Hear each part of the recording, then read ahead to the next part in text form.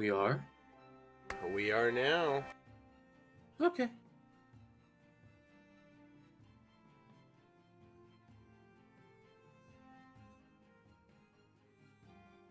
Have we long rested? You had a long rest at the beginning of last session, I believe. Okay.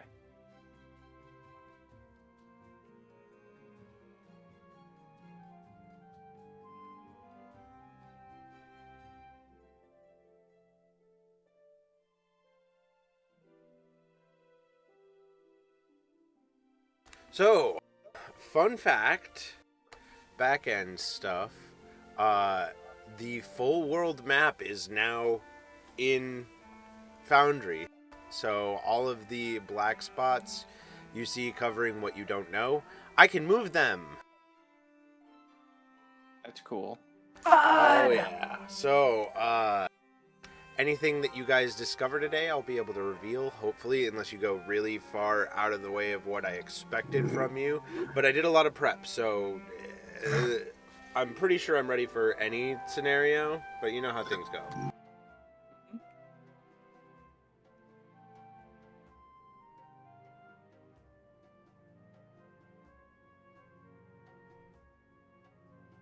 I'm going to crack a drink real quick, and then I will recap and we will get rolling. Hey, Fan. My stuff is lagging hard. I got my popcorn. Same.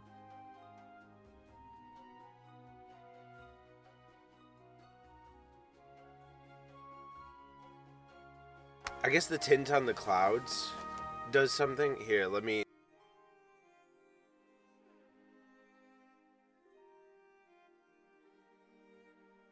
I think my laptop heard it's getting replaced, so it is being contrary now. Even more so than usual.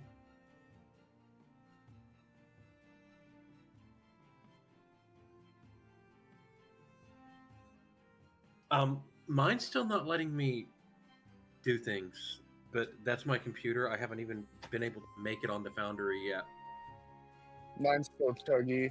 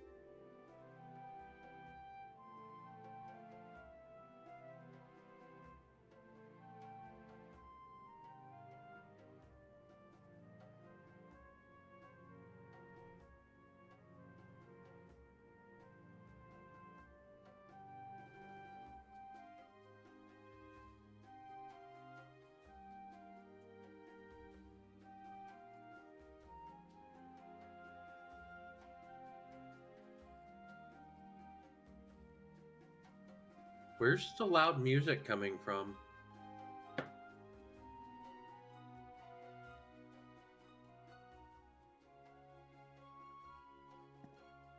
Yeah, I think it might be from Rose. Oh, there we go.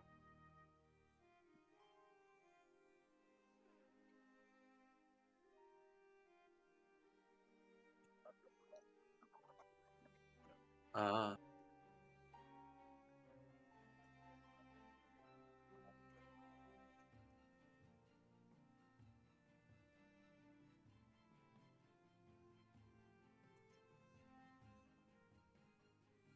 I mean, the clouds are kind of stuttering. But then again, like I said, I did mention out loud that my laptop's getting replaced, so it may have heard me. Yeah, the clouds are a frame of every other minute.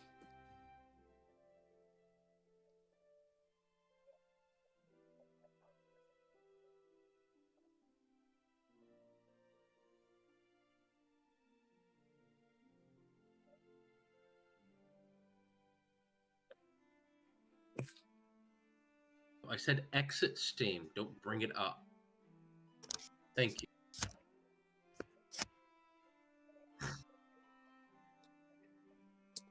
I'd been playing Skyrim until we got here.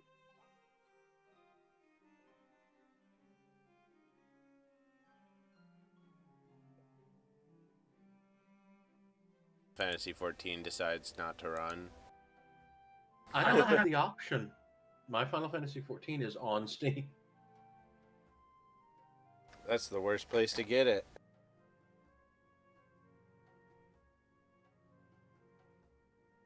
Okay, it sounds like things look fine on stream, so I am sorry for my players for any visual weirdness.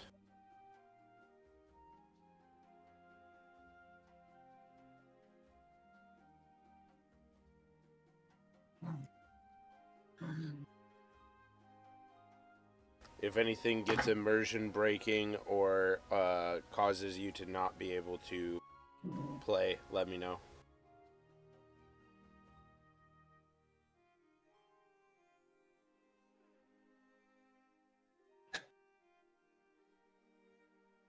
Store.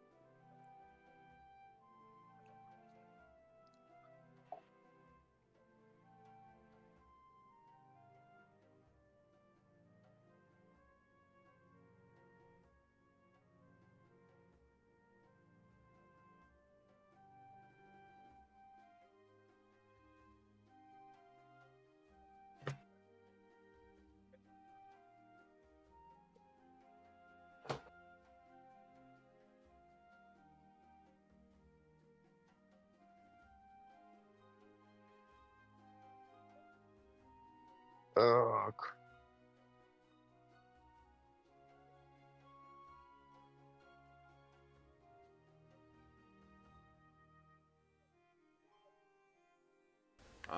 That being... Where'd I put it?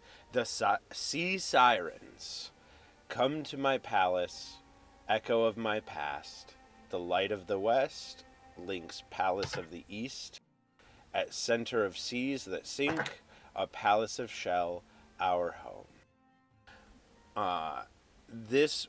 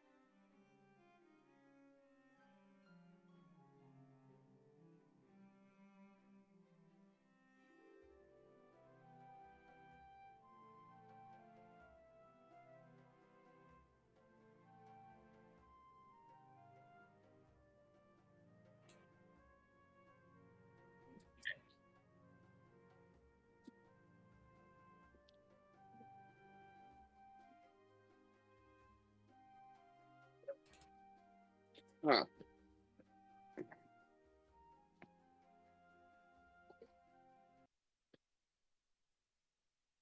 Have have you guys seen any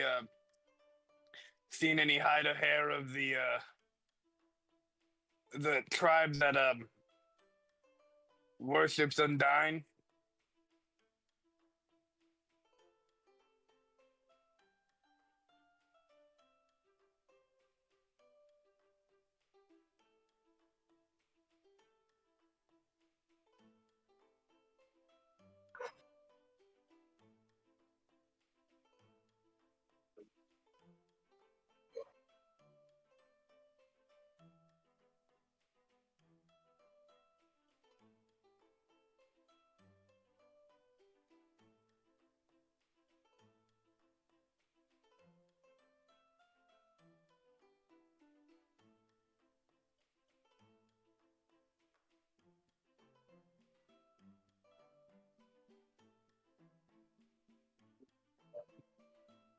Mm, yeah. Well, it's definitely a relief seeing that all is okay.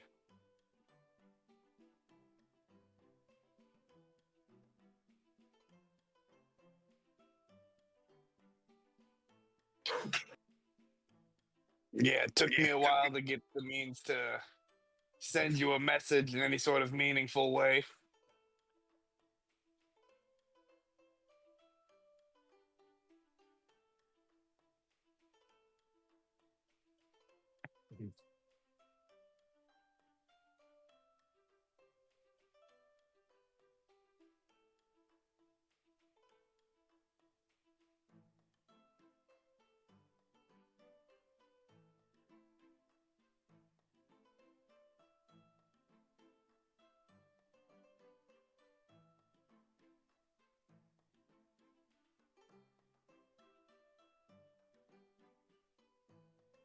Mm,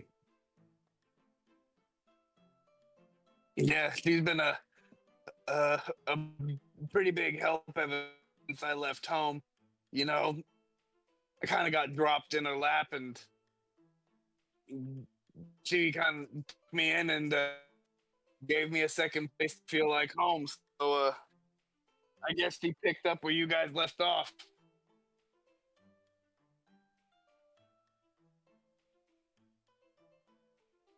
And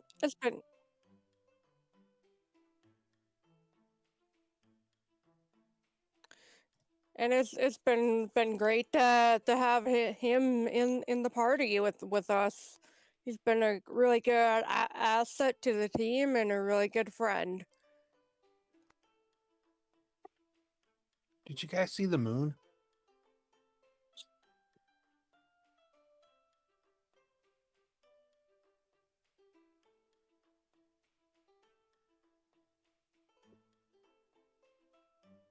Mm, It's very crazy.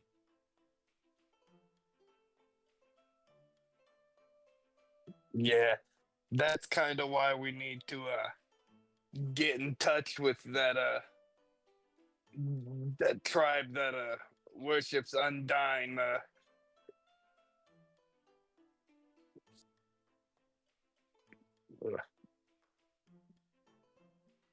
Well, as long as I'm pretty sure that place wasn't in the Dragon's Warpath, but you know, we can't really know unless we go and check it out. So I think after we just say some more hellos, I think we take a head out.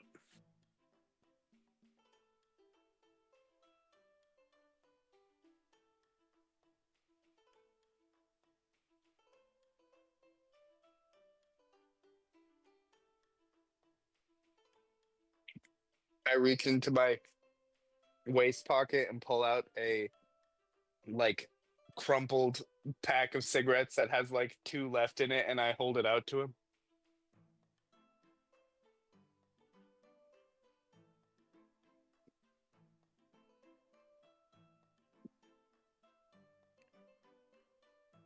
Oh geez, insight, I'm good at those. I hope. Can Valin watch as well?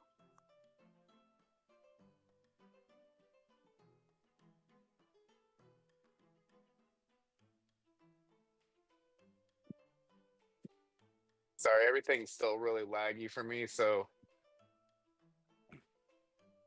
its inputs are taking a while. Okay, insight.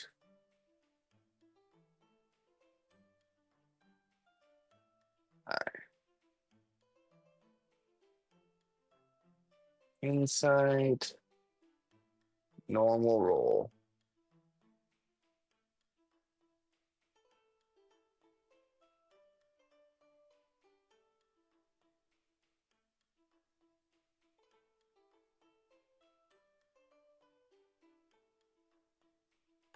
Oh, I definitely do.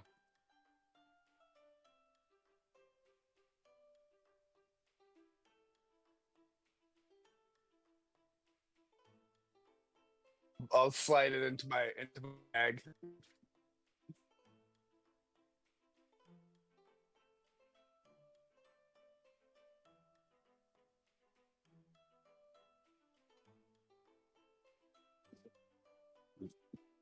I give them 15 silver pieces.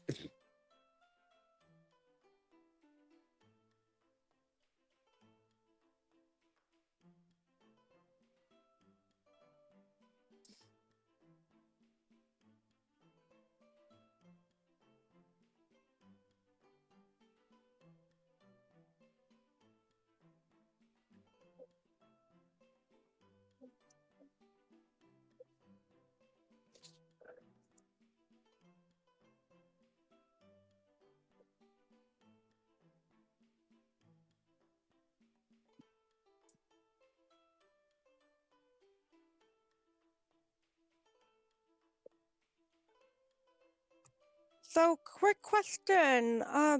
Once we get into the desert, how dangerous is it immediately?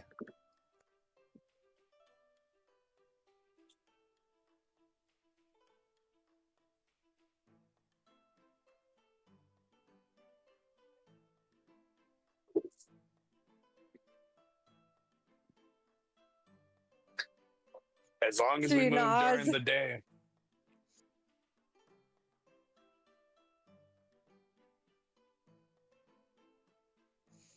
All right, just keeping an idea out when I need to summon an extra member. And I can also, if we're out, and if we're getting out a little late towards nighttime, I can summon my tiny hut for us to rest in for the night.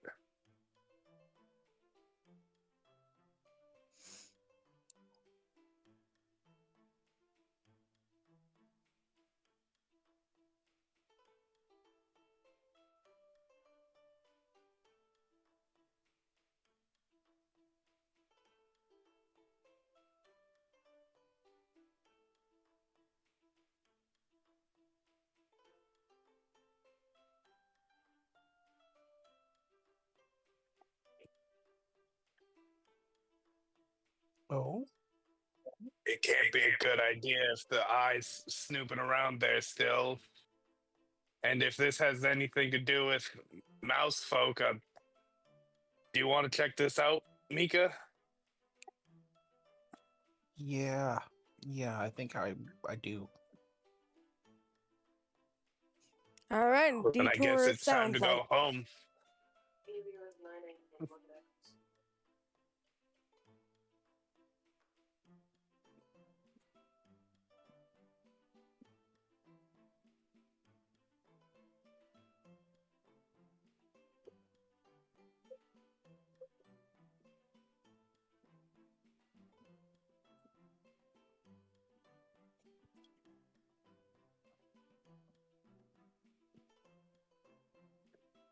Yep. Yep. Oh, in the meantime, Valina's gonna look over to Oniker's friends and is like, "Hey, by the chance, do you have a patch of greenery in this area that produce flowers with like little red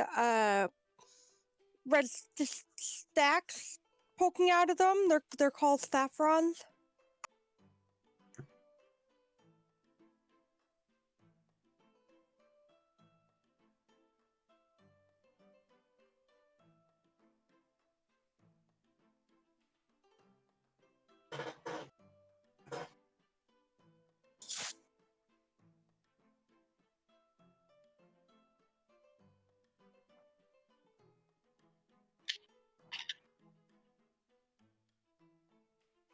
And she pulls up the map and makes a little note around that general area. Thank you.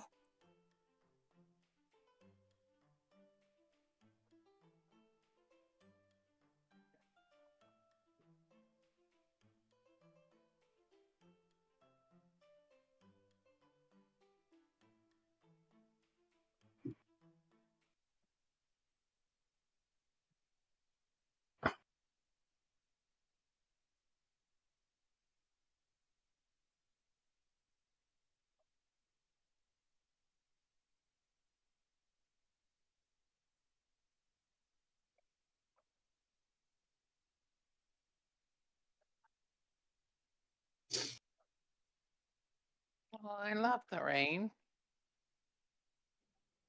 Okay, what does this mean for the so-called demons?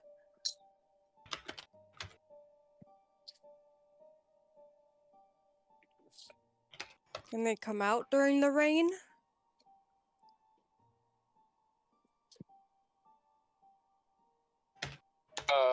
Would Onator be able to recall whether or not they've ever come out during heavy rains? Because I'm sure that there is, like, given we're a desert near an ocean, there's probably like a rain season.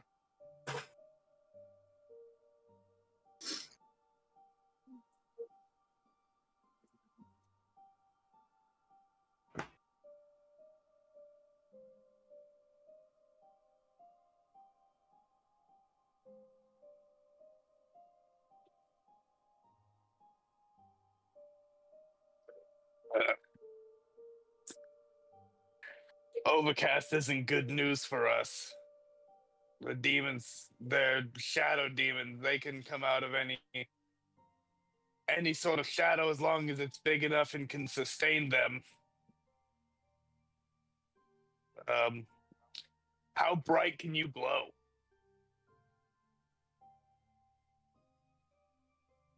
How bright do you want me to be?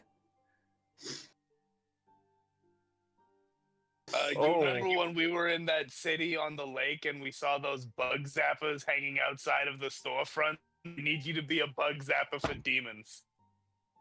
Oh, on Valen, she pulls out the little miniature a figure of Isolde, and say, "Hey, Isolde, how can you shine? And if you can, how bright? Because we could use your help."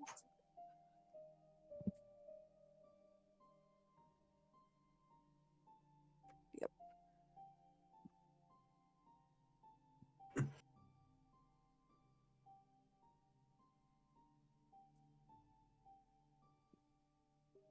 Is it even monsoon season?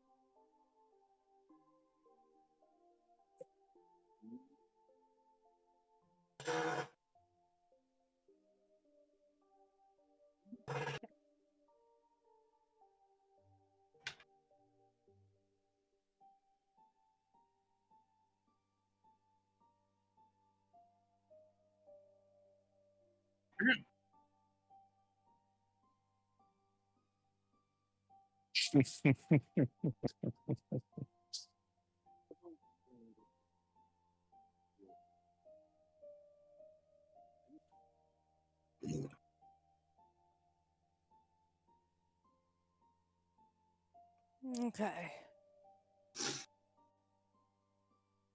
Take a look at my spells.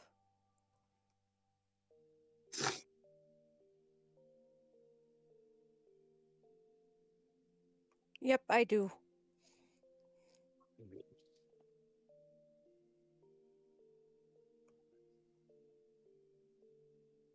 Alright, awesome.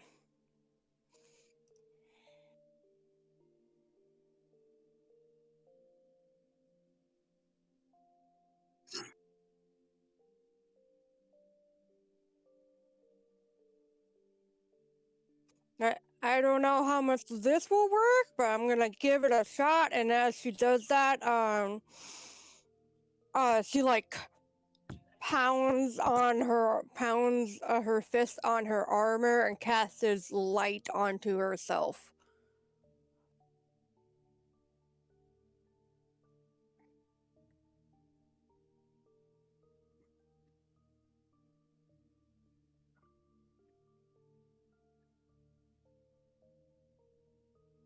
Yeah.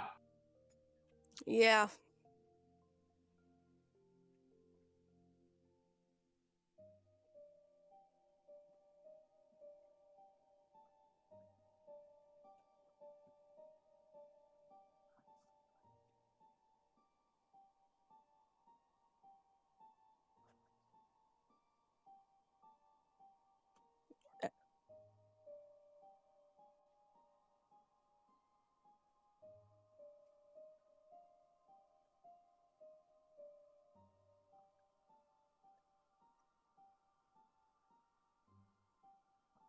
Okie dokie.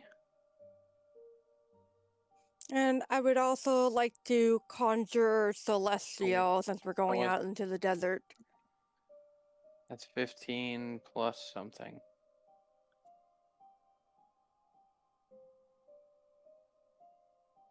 Oh, yes. Plus 5. So 23? 3.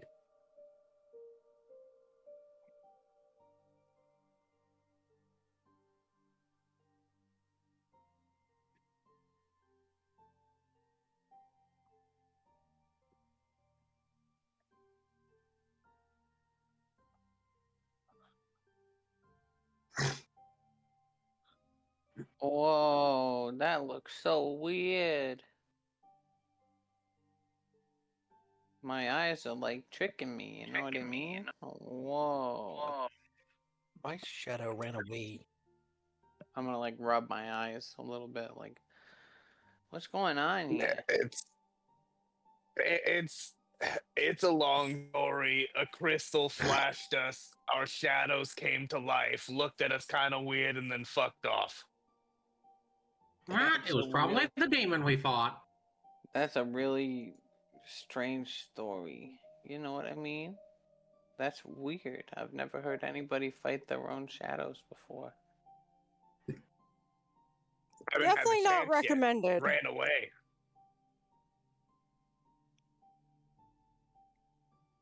And like as Valen says that, she like uses her point of her finger like a wand and like draws the holy symbol of Titan, and she like conjures Celestial, and it takes a minute to cast.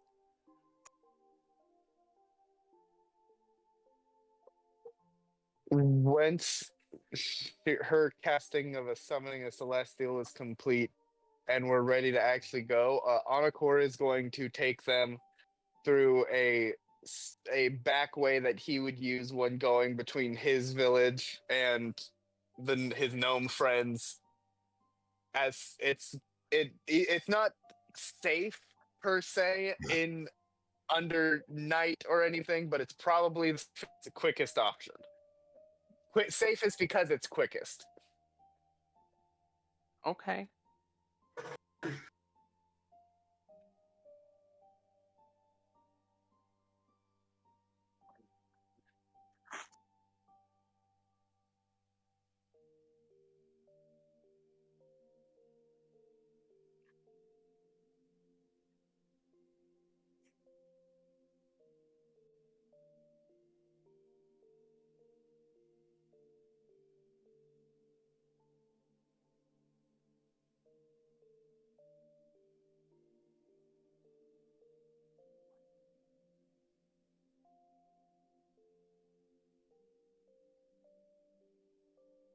It's like a Tremors.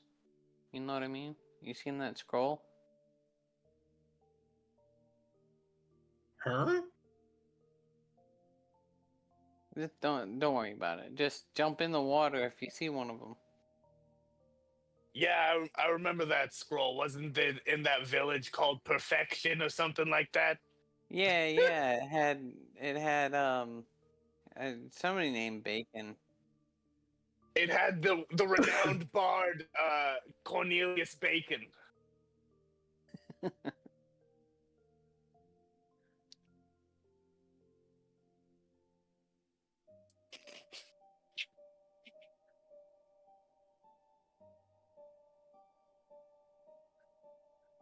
Okay.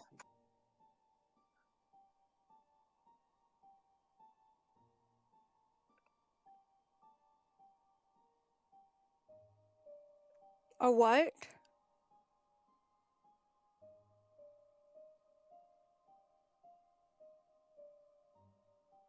That's cute. Oh, yes.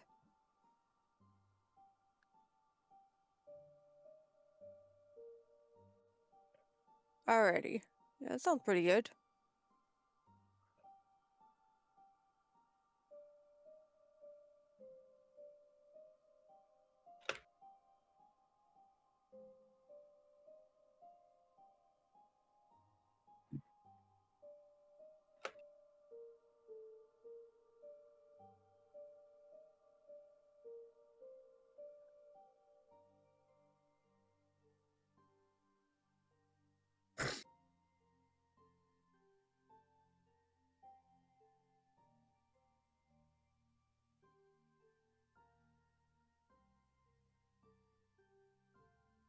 That looks really cool. Well, thank you. It's based off an old friend of mine who used to be in the party. I kind of miss her. Aw. Although when she joined us, she was technically a newborn, but she somehow we allowed her to drink alcohol. You gave a baby alcohol?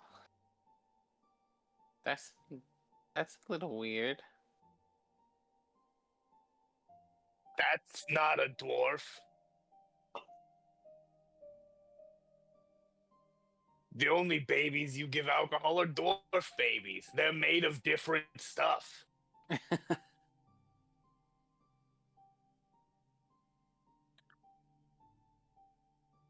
Mhm.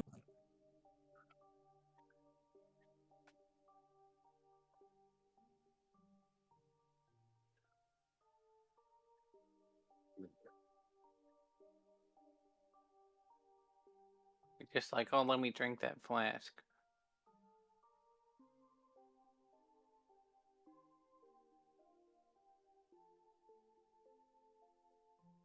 That's cool. It's not cool, but it is kind of cool.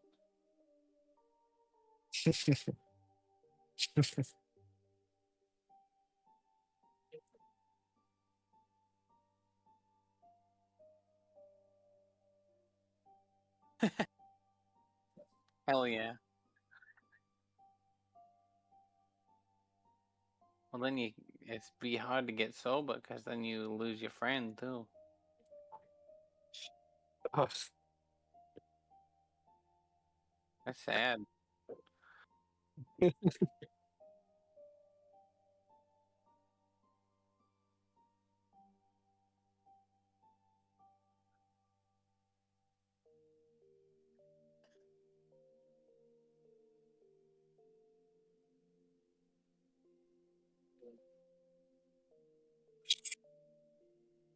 Wait.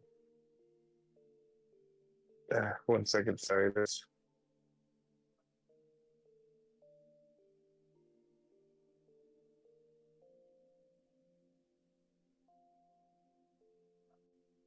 Yeah, trust me, I'm there. It's just lagging.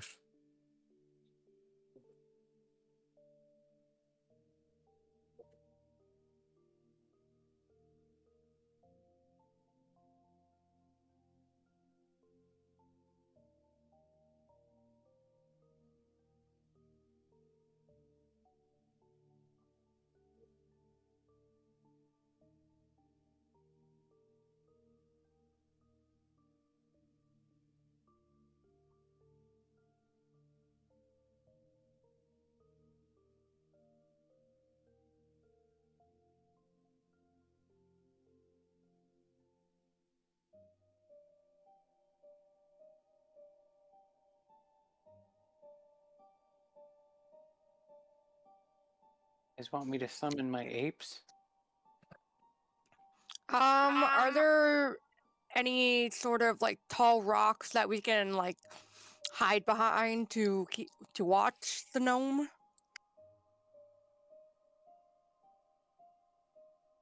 I'll roll Nope. I want to roll stealth, see if I can get a better look at him. We're all gonna have to roll a stealth, and this is gonna have to be an average type deal, and I don't trust Valen's stealth capabilities. Clank, clank, clank. Yep.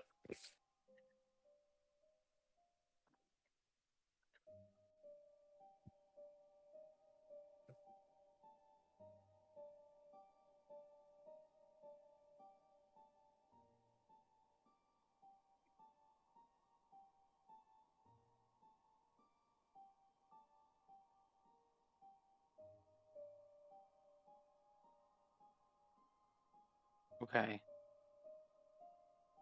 I'm gonna go back and let him know, like, maybe this one isn't an illusion or nothing, because he's, like, looking for something. You guys want to, like, ambush him? Yeah. I That can hit him sounds with like a a great plan. moonbeam real quick. Just blast him. He's a bit tricky with magic. I'm not sure how good well, I've cast spells at him, and he absorbs them and uses them to be a bitch and run away. So Okay. How about it turn into I a don't know if lion we then? should. That's horrifying, and I love that train of thought. I'm gonna shoot him with my bow if that's cool with everyone else. Yeah. I'm gonna wild shape. Is that cool with We everybody? lost a Rory. And he back. And they back. Welcome Is back. that cool with everybody if I wild shape into a lion real quick? Sure. We're in the desert.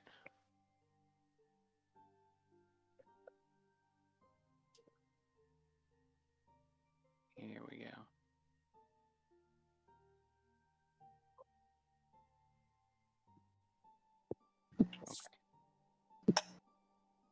Excuse me. Alright.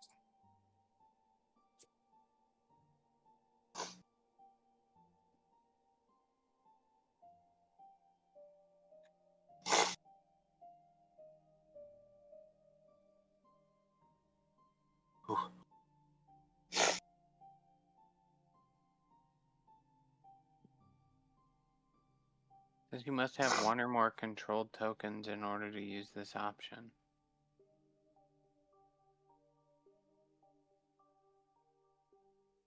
And it also took the wild shape from me.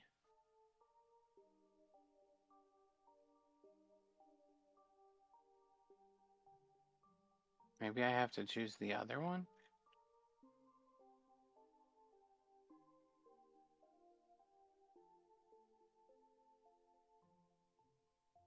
Yeah, that's weird.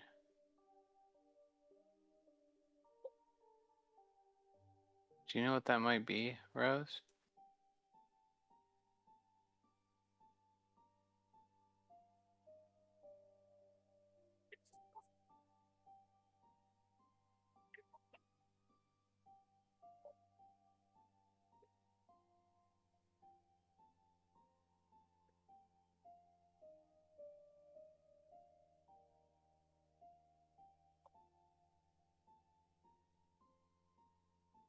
Is going to attack. Go ahead and roll an attack for me.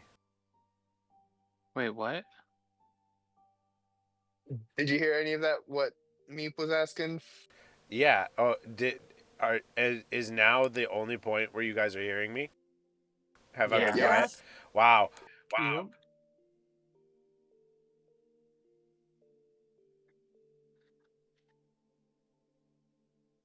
Uh-huh. Okay.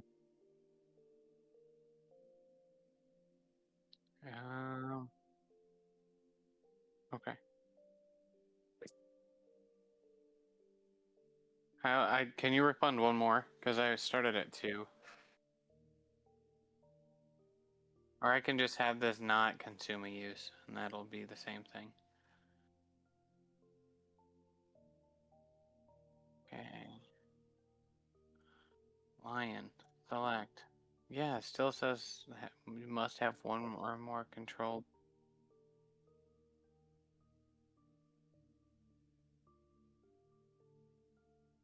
I know. Do you have access to the wild shape tokens?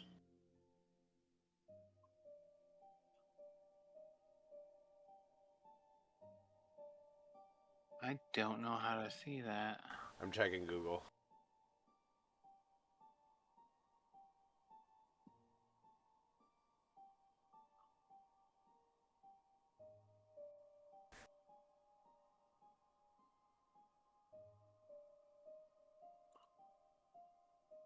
If I remember correctly, you need to allow polymorph or something in game settings, and then you can drag a token on top of the player's token to okay. I mean, if it doesn't update, I can just pull up a lion sheet and just use it that way. That's fine with me too.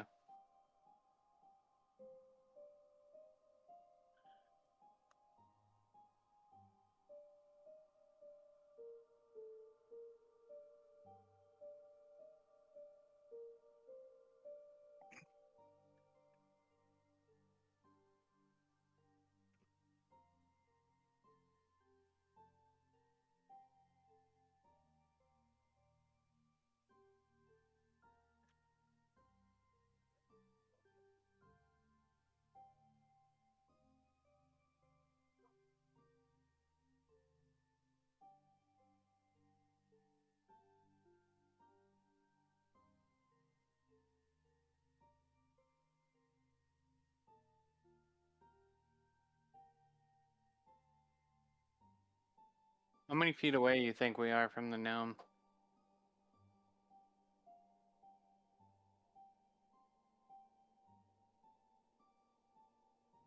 Okay. Maybe like 35. Okay.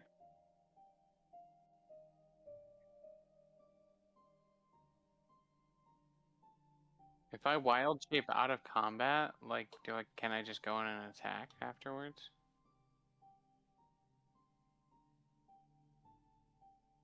Okay.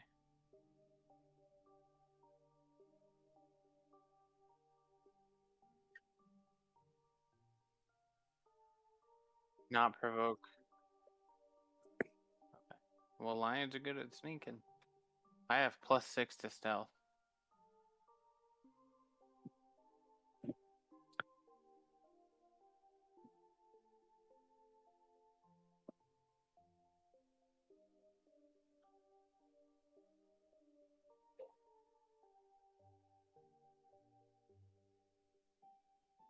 It's okay. I can just use the stat block for it.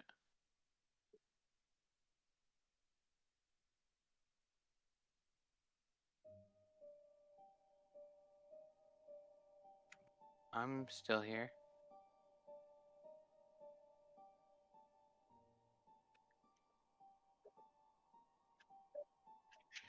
Yeah, it's still up for me.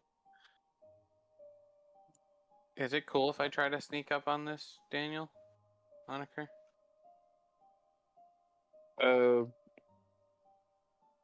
Yeah, and I'll have my bow ready Yeah. in case he gets. I I have a roll Braveheart- +8 to myself. Graveheart will do the same with a bow, because I remember the last time I went flying at something this SOB made.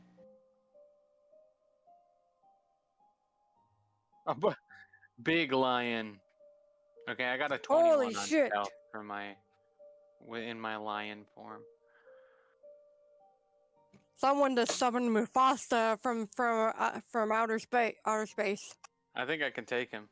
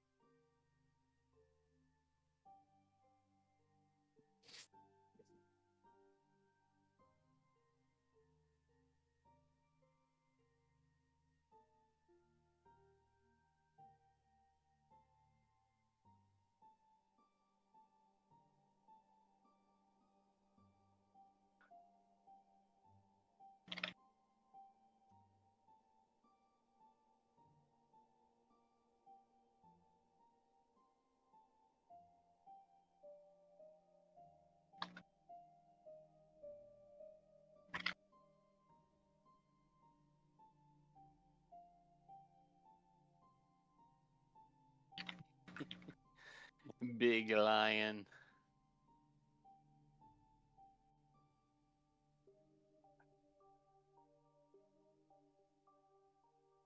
All hail the lion. All hail Bing Bong.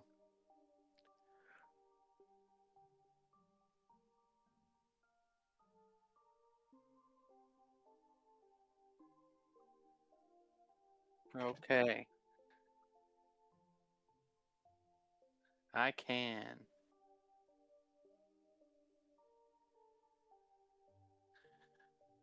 Alright, I want to sneak up on that fool. I got 50 movement, so I should be able to walk up to him. I rolled a 21 for stealth, so.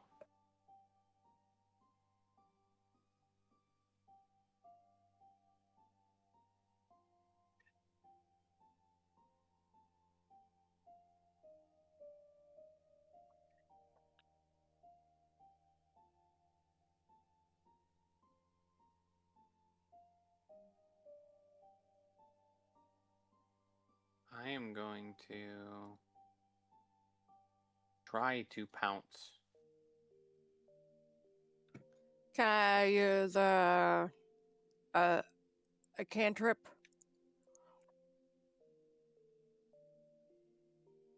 Nat 1. Oh, but it got hit. 20. Holy shit.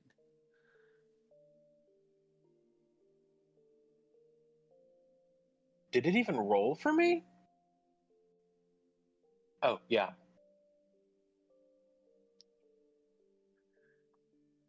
Am I rolling to hit? Is this at advantage? Sorry.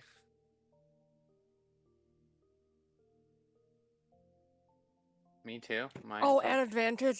Okay, alright. Oh, so I can Okay, I'll re-roll that. switch it. Attack advantage. We can't. There's no token out for the guy we're chasing, is there?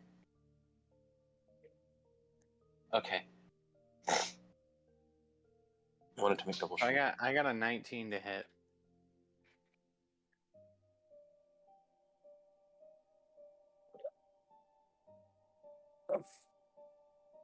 I don't know where mine went.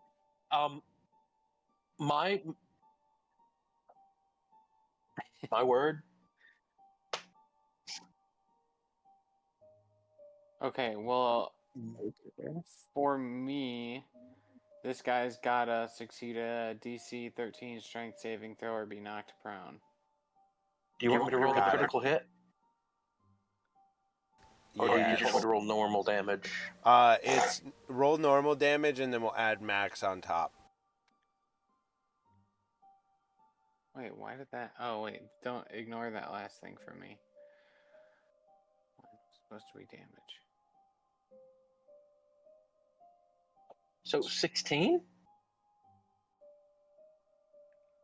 Can my celestial do an attack as well? Yep. Okay, can he roll a DC 13 strength saving throw? So I can see Yes. he's knocked prone. That means I could also bite him if he doesn't. Okay. I need help trying to figure out how to do the damage thing for my celestial.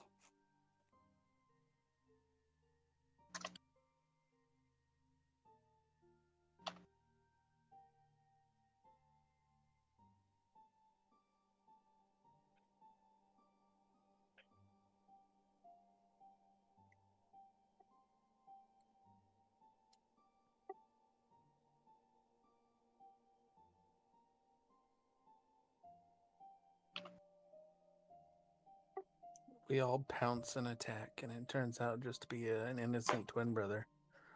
Yeah, it's just a guy in a purple jumpsuit. I did look, and it was him, or it appeared to be him anyway.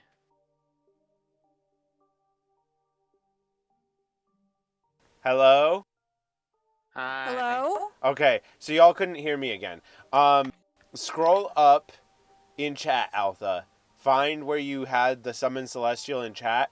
Click summon. What is it? Summon.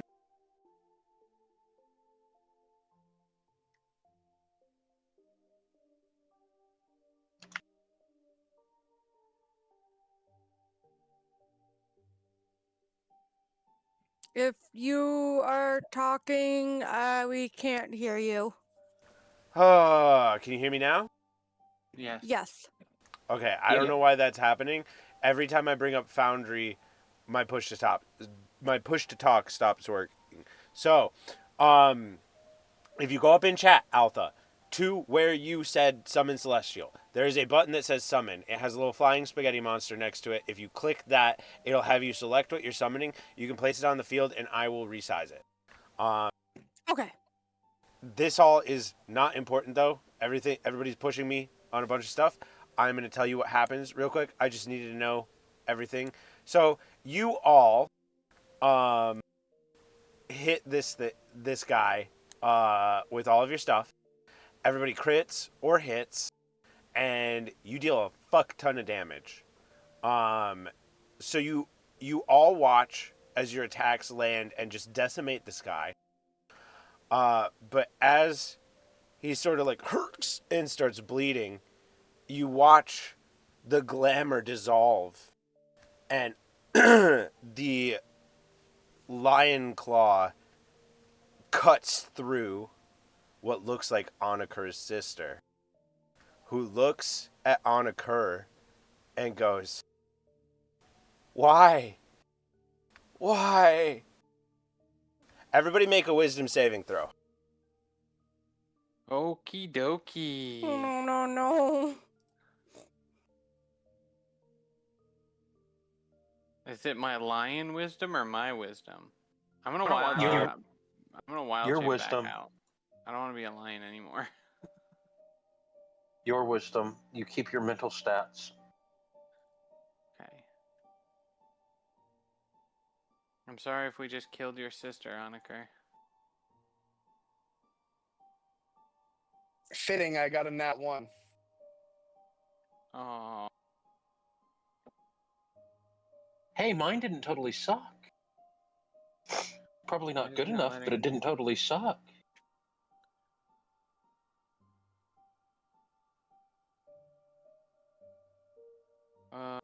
Fuck, I got an 8.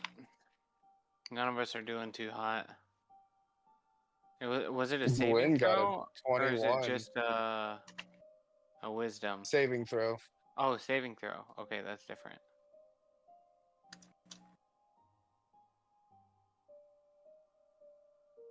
$16, that's better.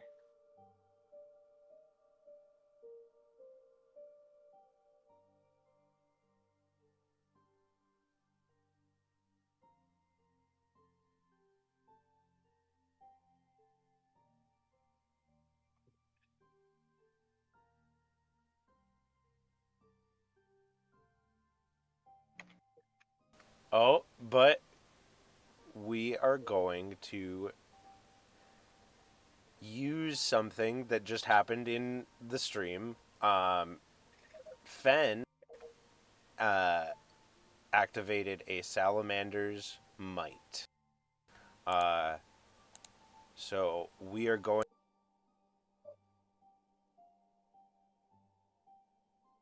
Oh shit, I thought you were gonna buff all our damages by 10. I'm like, oh fuck.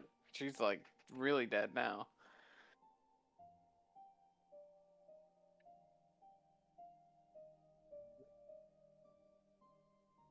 So I got a 26. I still got a nat 1.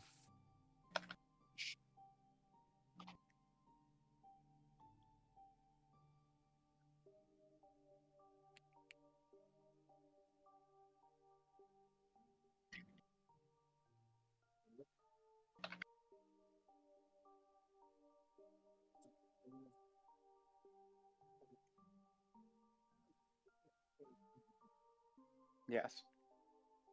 Once.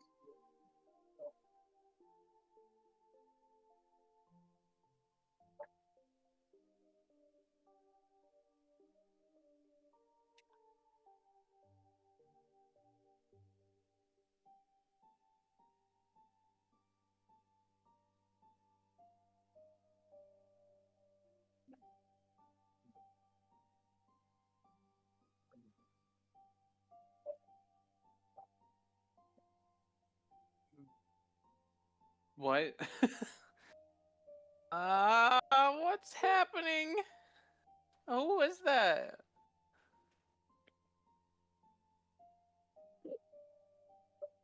That was something that's trying to fuck with us. Was that really your sister? No, my sister's with my father. Well, then we fucking killed that thing now. I'm glad. That was still very traumatizing. Damn assholes are trying to use our loved ones against us.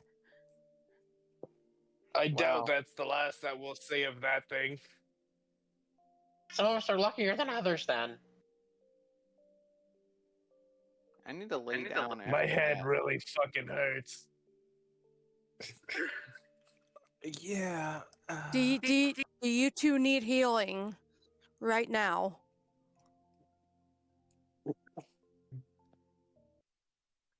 I mean, that was a fourth of my health.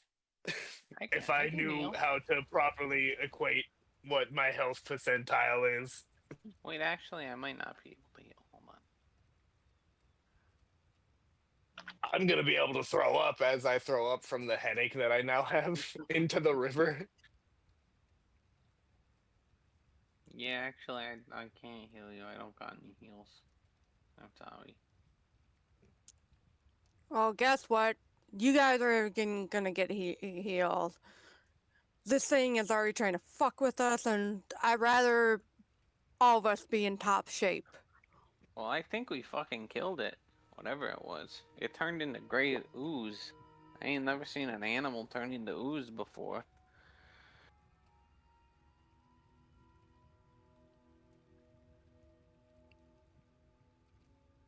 Ah, probably a shadow demon.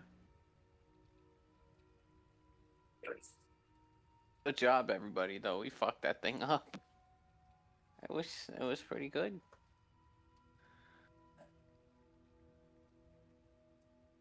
You're Splitting that up between Onaker and Mika.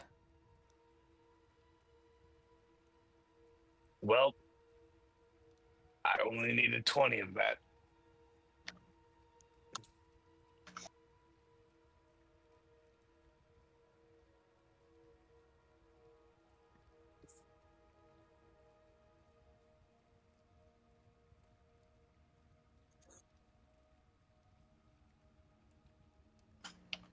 I'm sure after what just happened, everything feels a little bit surreal.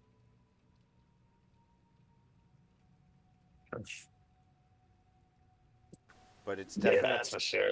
it's definitely fresh in everybody's head that the guy that is still out there fucking with you is an illusion specialist. Thought we had him. Well, this is at least a good sign of one thing. It means we're on his trail.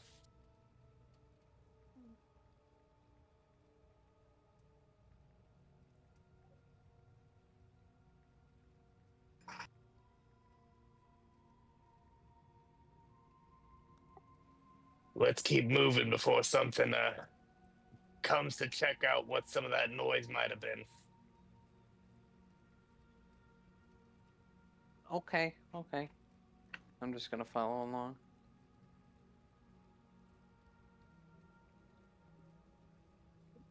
All right, so the party steels themselves, recollects their addled thoughts, and you begin to make your way down the rest of the river. After a little while longer, you eventually make it to the Oasis tribe. I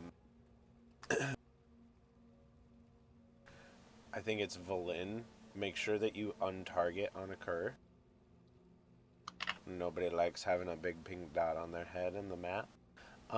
Yep, trying to. It's all There we good. go. And then, what was I saying? So yeah, it's been about 4 hours since you set out from Oniker's gnome friend's house.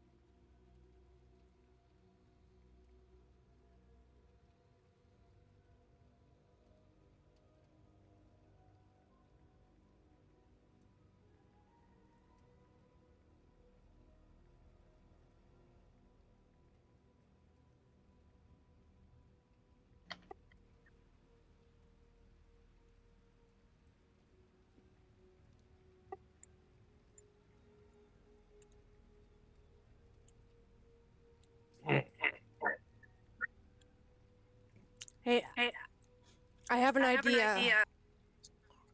How about we split up in 3 groups? Two groups split out to either end of that building that we saw him go behind. Another person or two flies above the building. I thought you said 3 groups. That only counts as 2. Well, one group to go around the left side, another group to go around the right side, and the last group to go fly overhead.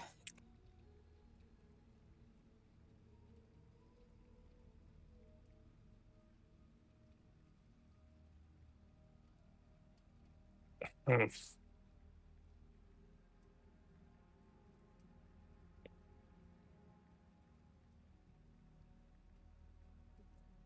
My bad.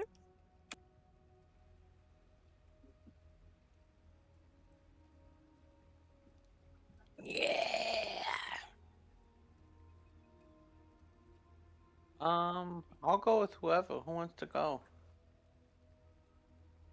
I'll take Meep, Graveheart. You go with Mika and Valin and your spirit guardian. I'd suggest you be you fly overhead and have your spirit guardian kind of just follow beneath, but where you are, unless it can fly. Can the Celestial? Can you do that?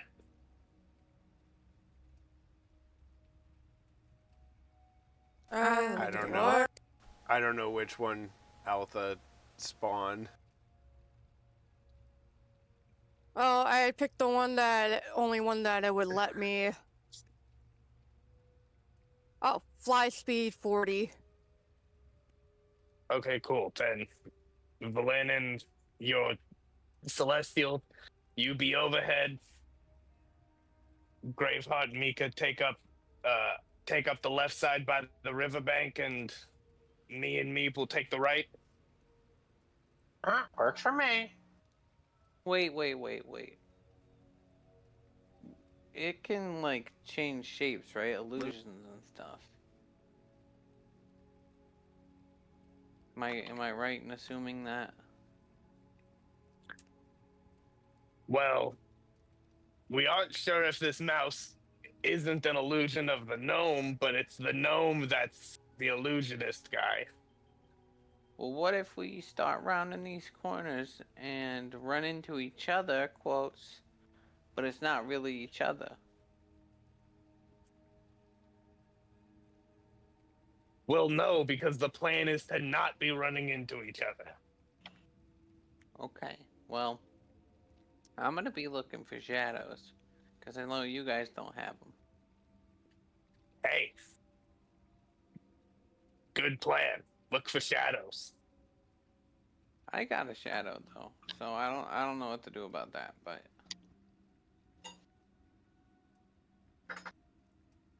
all right, You'll be next to me, so the real one won't be worried about getting shot. Okay, sure. All right, I'm gonna go with Onaker.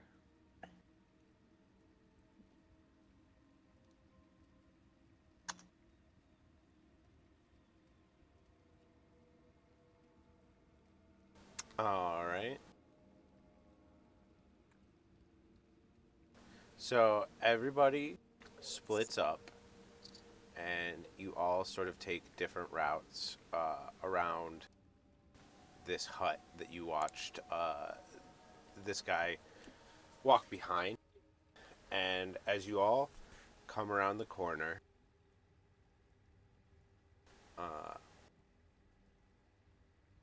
you spot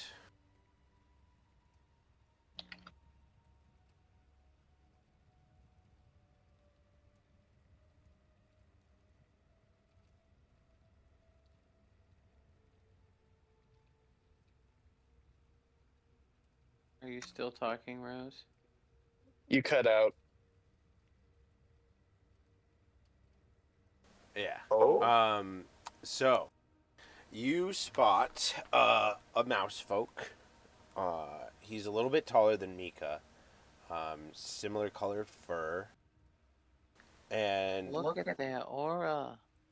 he glows slightly purple like the other members of the Order of the Eyes that you've seen. He holds a purple crystalline dagger. You can't see his eyes under his hood, but his ears come out of either side at the top. The hood hangs low. He turns, looks at Mika, and says, "Well, hey there, Sticky Paws." And you watch as he sinks into the shadow of the hut.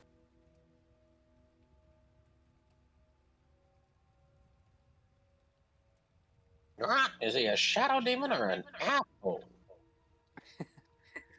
My guess is both. What was that about? What's Sticky Paws?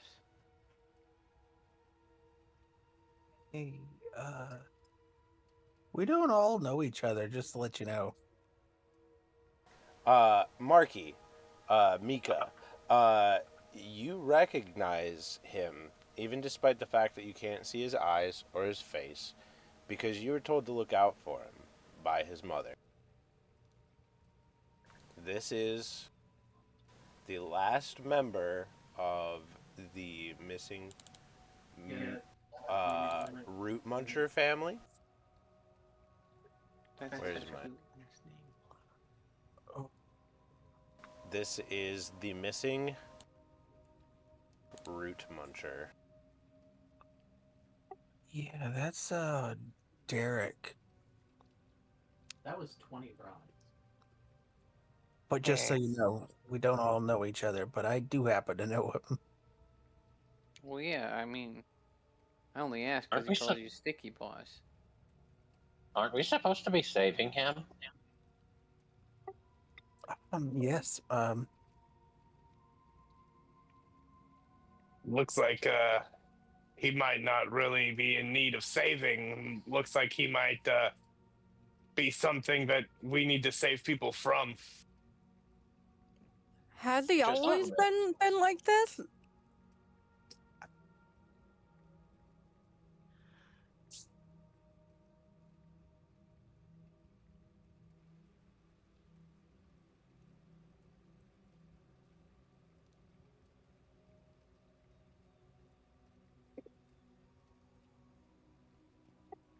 Would I have known how to answer that? Rose, if you're talking, we can't hear you. Thank you for letting me know that you couldn't hear me. Can you hear me now? Yes. Yes. Go ahead and make a history check at advantage for me, Mika.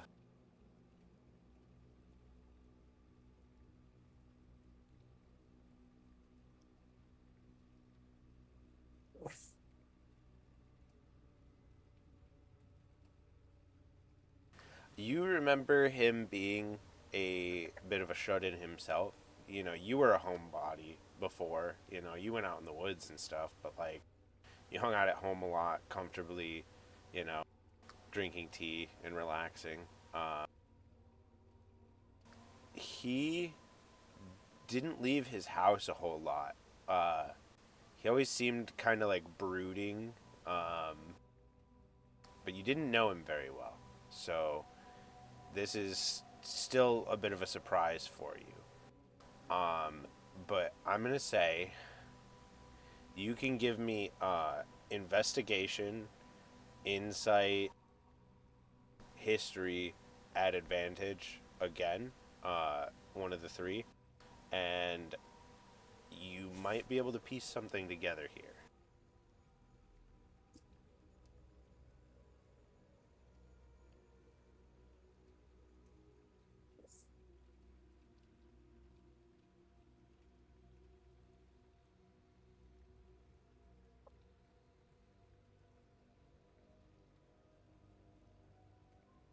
Okay.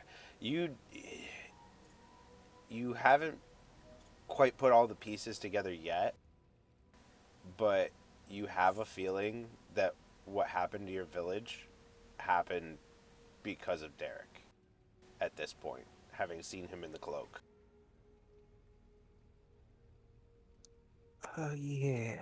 Well, he was always kind of a loner. I don't have room to talk, but you know, he was kind of broody, and starting to be suspicious that he might be the reason why my village got attacked. But I don't know. Sounds like Well, a good conclusion. he's wearing those robes, and that group is the one who was distributing crystals to create those zombies. So it's And I not bet too they're far of a jump to make. and I bet they're the ones that destroyed your village too.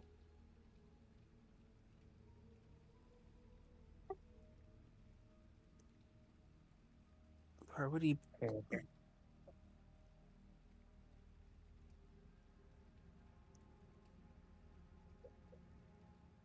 Maybe that's something we need to figure out. I don't know why he would betray us like that. I mean, I do, but I don't. He's an asshole? Apparently. Is there anything? So he's slipped into shadow and skedaddled away. Is there anything else in the immediate area that I could possibly see? Like, well, Honor wants to look for the like storage area where they kept like ritual components and things like that. See if that was possibly messed with.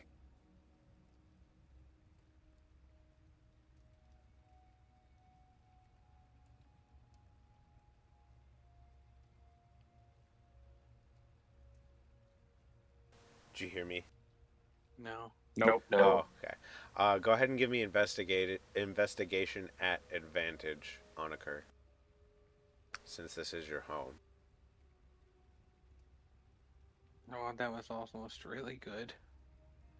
Oh, it's still actually pretty good. Yeah, my passive investigation is 21. Jeez. A lot of the ritual stuff that like the dwarves used to do rituals to Shaden was kept around the skull on the northeast corner of the tribe. It was near the tree there. That skull is in shards. The altar that was near it is also just rubble. There was a like coffer to like the bottom left of the altar, and that's sort of shattered into pieces. But it does look like at some point somebody collected up anything that was in there and like made off with it.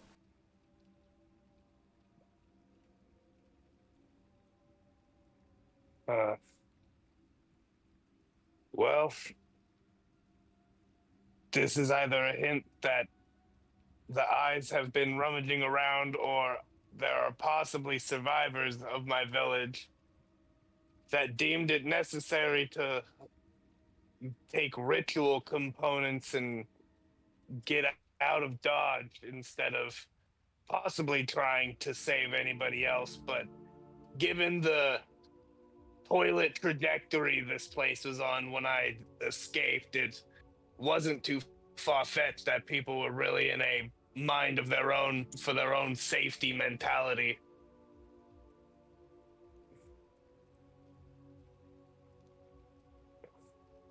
I was really hoping there might be some ivory still around.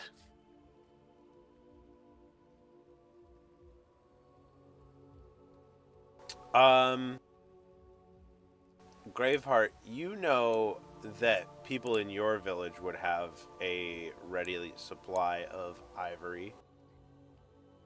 We have that.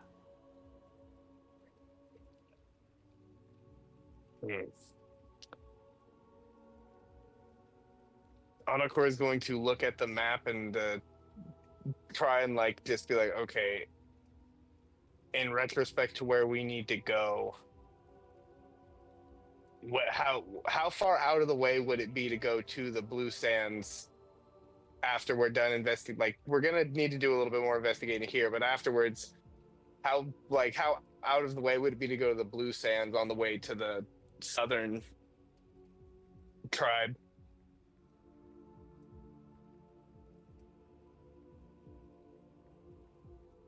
Rose, if you're talking, we can't hear you.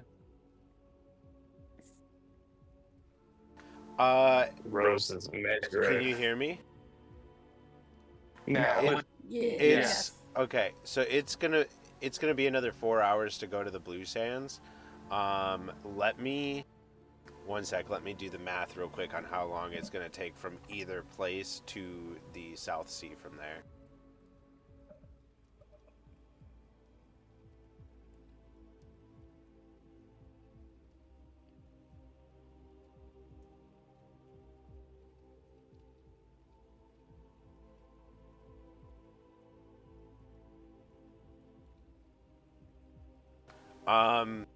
So I'm gonna say that it's gonna be about 4 hours from where you are to the Blue Sands, and then from the Blue Sands to South Sea would be about another 5 hours. So that's like a 9-hour trip just walking. From here to the South Sea is probably about that same amount of time, about 4 hours. So it's an extra 5 hours onto your journey. All right.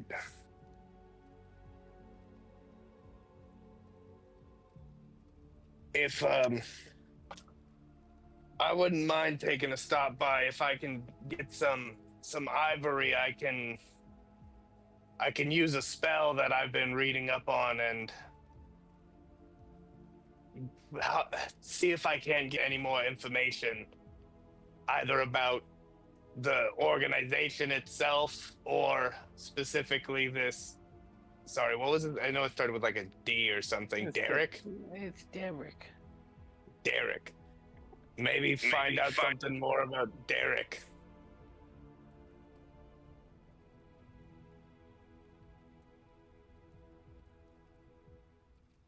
I'm cool with whatever.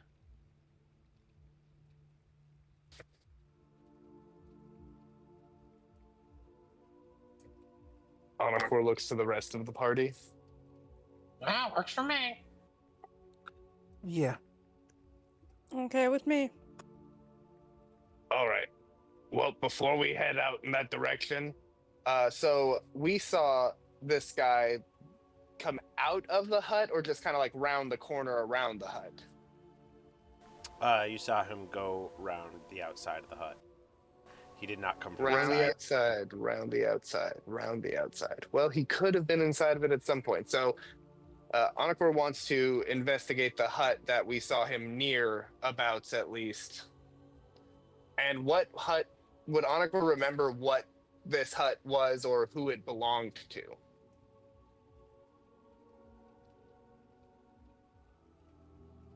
I'm sorry, I like dissociated there for a second. What did you just say? So Onakor wants to investigate the hut to see if there might be any signs of that the Derek had rummaged through here, possibly perchance. And I also want to know: is there a way for me? Would Onakor know who this hut belonged to or what the hut was used for? So like, the huts here are all like just little like living spaces for the most part. Aside from the one the furthest southwest was like the leader's hut. It was like bigger and nicer, and also had like a communal cooking space because everybody like sort of cooked there, and because this is like a small tight knit community, right? So like they were all very small huts, but the one that you saw them round was the one that you and your sister used to live in, along with the guy that quote unquote looked after you. Oh, Onakor is definitely going to have a paused moment for a second there and remember all of the times he was scolded and punished for not being in line and just fucking about, and he's going to stand at the doorway for a second and like he's gonna be clenching his hands and like mumbling to himself. Well, I'm gonna give myself my own sort of I'm gonna give myself a constitution saving throw, because this is like whether or not I'm going to overcome my trauma and go back inside there.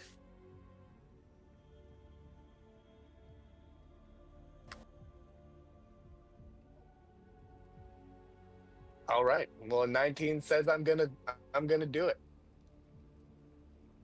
So Onakor is going to clench his fist, take a deep breath, and then step inside of the hut and take a look around. I'm gonna go with you.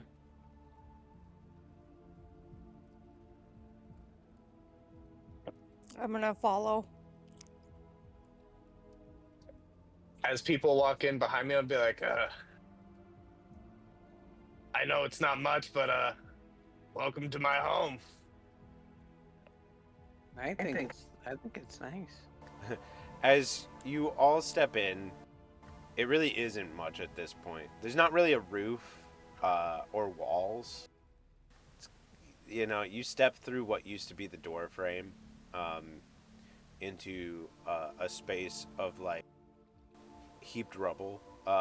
There's semblance of like the exterior wall, the thatched roof, now a floor over what used to be belongings or furniture. Not that there was much furniture in this village, really, but you can make out where bedrolls used to be, and like some candles, an old fire pit. A lot of floor pillows, because small people just plop on floor pillows. Yeah, and you guys didn't have like chairs and tables for the most part because there aren't like a lot of trees and stuff around here. You guys mostly just kind of like hung out on the ground. Like I said, there was like a communal cooking space and probably a communal dining space that was outside. Probably like a thatched roof gazebo dealio. But nothing is intact across the entire village. Onakor definitely used to get in trouble for sneaking out to steal food from the communal mess hall when it was sleeping time, and Onakor is going to look around the rubble and see if he can't find a small stone carved figure that him and his sister used to like was essentially their only toy that they had.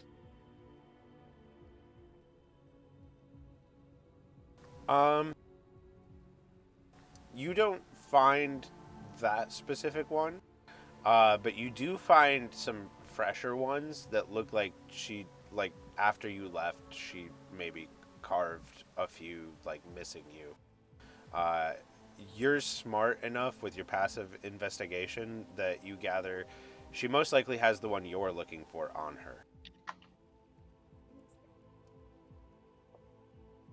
Anakor will pick up one of the newer ones that she carved. It'll probably get like damaged a bit, covered in a bit of dust and dirt, and he'll wipe it off and put it into his bag and give like one last look around. Says, "Start here." Your robot. How sparks this? Am I in the best? Not at the moment. But while your internet's figuring itself out, as you pick up the little figurine and you hold it up, it looks sort of like a goat almost. It's a white stone, and there's actually a little bit of like the black like ichor that you guys saw at Riverport on stuff where your sister had attacked. But it's like dried and like stained the stone. And all of the ones that you look at have some of that on it, but like most of them have a lot more. So you've grabbed the like cleanest one. Anakor will use prestidigitation on it to clean off the dried ichor. You prestidigitate the stone, and a lot of like dust and dirt and debris flies off of it and everything. But over the eye of the little carving, the stone is like stained black. And it's almost poetic because it's the same eye that your sister has that mark on.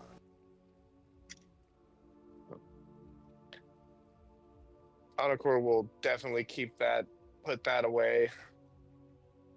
And he wants to look around and see if he can't see if anything like, because there would definitely be an area that was like the person who was taking care of us, his like sleeping area, and I would definitely have never messed around in his area for fear of being even more severely punished. So Anakor wants to go and search that area and see if there's, this is like last ditch, see if there's anything that possibly could have been looked at, or if it like, because since it was so dusty in here, see if there's like an obvious like a dust outline, debris moved, something like that. Give me a charisma saving throw at disadvantage. Sorry, what was that? Can you give me a charisma saving throw at disadvantage? Oh, okay.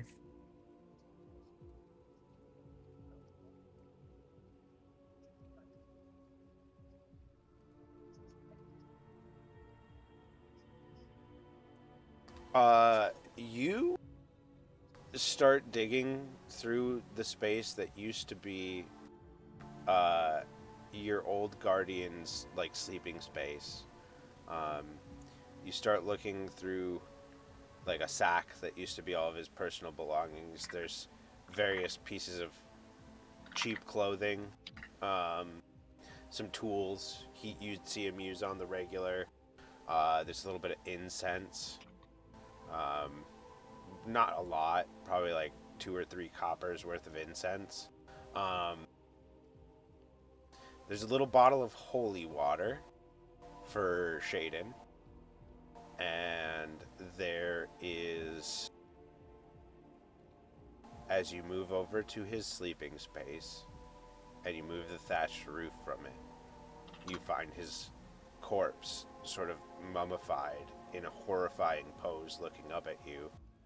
And you feel sort of racked by just like mentally from this. Like it like affects you. And for the rest of the day until you long rest, you're going to take a -2 on your saving throws.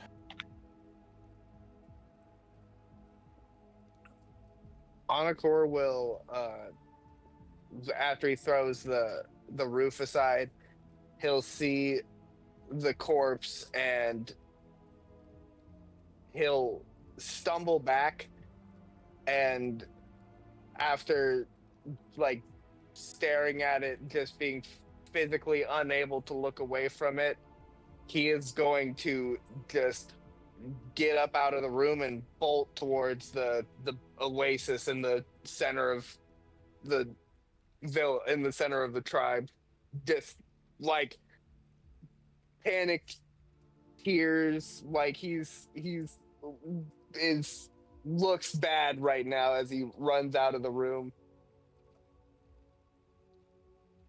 I kind of try to follow behind.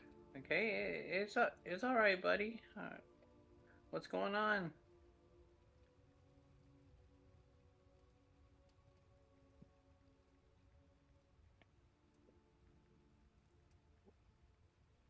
He will continue, and he'll go until he's at the center, and when he gets to the pond or the oasis, he's going to drop to his knees and just like start like washing his face and then washing his hands and arms almost like compulsively.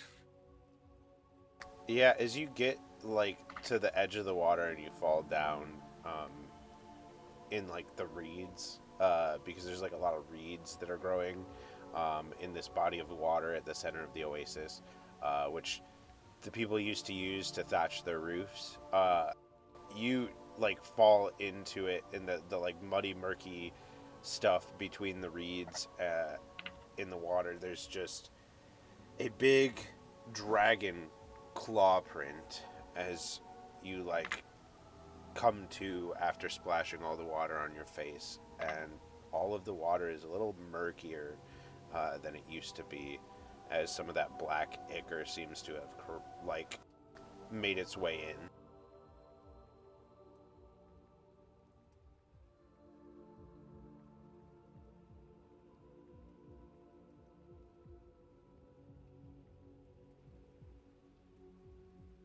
And your passive investigation is very good. I think at this point you gather between how many corpses you've seen, how many people you knew lived here, and who everybody was. Everybody's dead. There might be one person alive somewhere.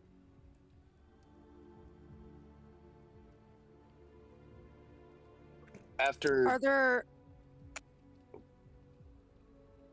Go ahead. Are there any like recent, I don't know, foot tracks? I'm asking for. You're all very good at like looking around for shit. Like you, I'm sure everybody's kind of like looking around at, like, cause like Anakur's going through some shit. So you're all trying to like kind of make yourselves useful and keep an eye out for anything as you're all like looking around and stuff. You know, like I'm sure somebody finds there's like some sugar cane in the cooking area. Like the fire burnt out days and days and days ago. It doesn't seem like anyone's been here recently, and before the rain started, it's just the mess of whatever the fuck happened here. There's footprints everywhere. There's dragon prints, claw marks, rubble, thatched roof strewn about. Back when it happened, you can tell that there was fires, so there's like burnt up stuff everywhere. And then there's the corpses, which all just smell terrible. Like if you left beef jerky out for half a month while it was wet.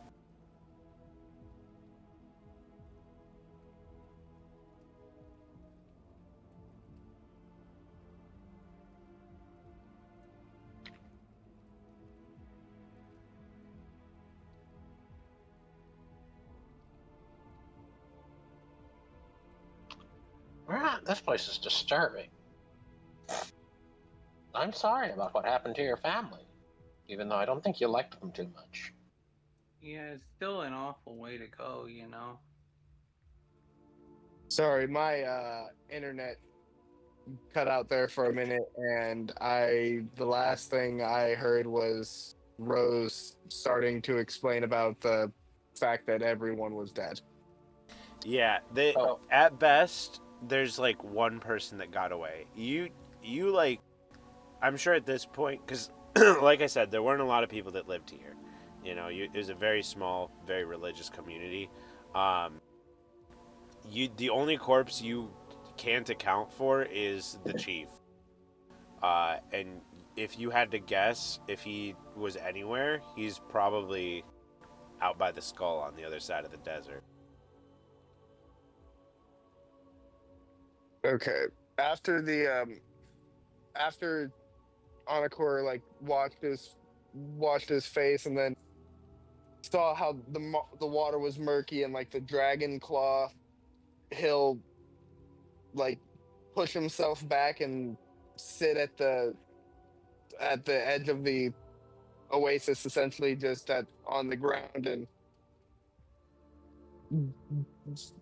trying to relax himself, trying to calm himself down, but just seeing everything that he's known, even no matter how like restrained he felt and how alienated he felt, this was the only place for his entire life that he had to call home, and it's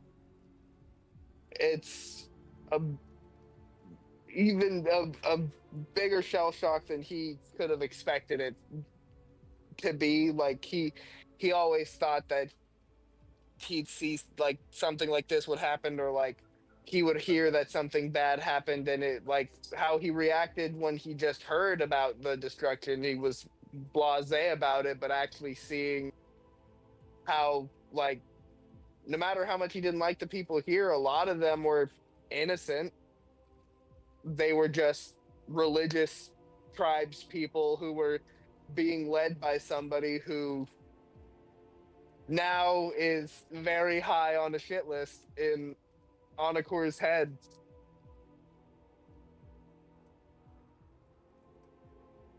But he will be in a sitting kind of fetal position, just hugging his legs, staring at the murky oasis.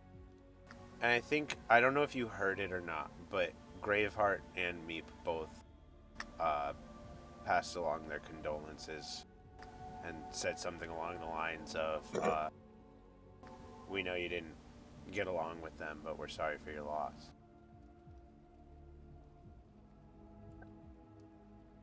Anakor will he'll smile weakly at the kind trying to console me, and he'll nod, and it's definitely wasn't something I was really thought I'd ever have to see or be ready for, but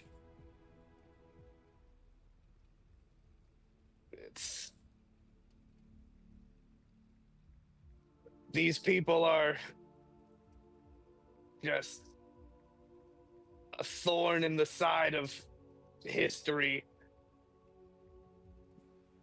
All they can do is these eyes are just corrupting everywhere they go, even taking a place as backwoods as this and turning it into this graveyard. This place was never meant to see such evil.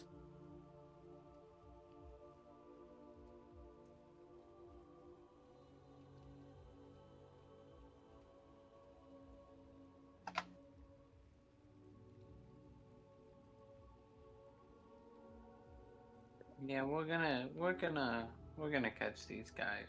I mean, we're on their trail. We already got one of them. Well, I thought we did.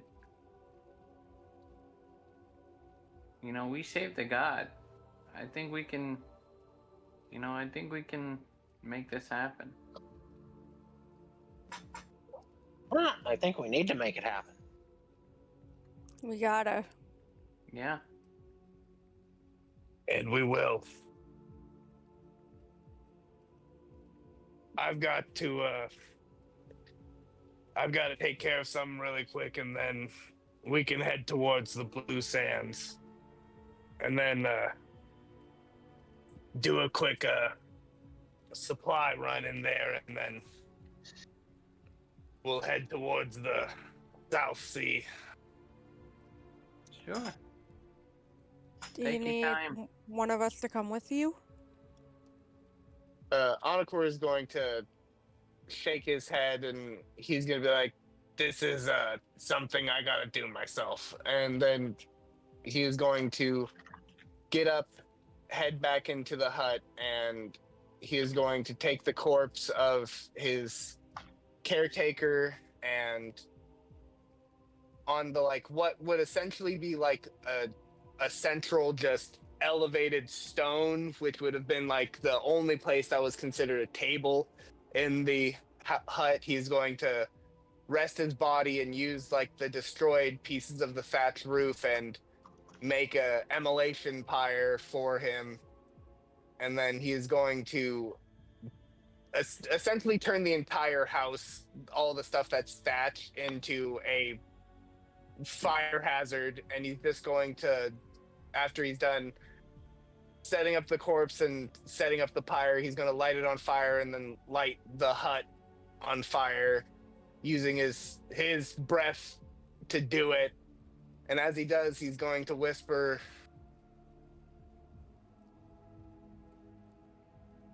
I'm sorry for all the pain that I caused, and whatever you may have been caught up in, now you're at rest.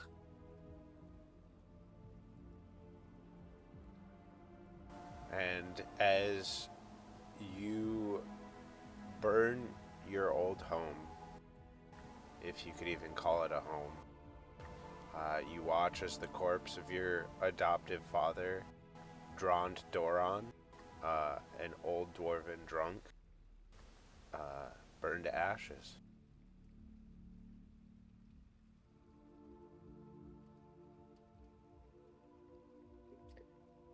Anakor doesn't play any music because he remembered how much he hated it.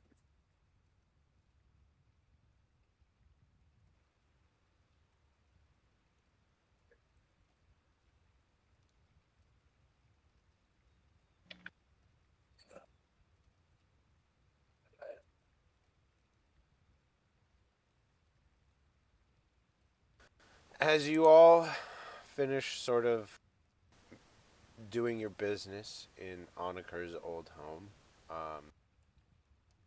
it's about 4:30 p.m. as you begin to recollect yourselves.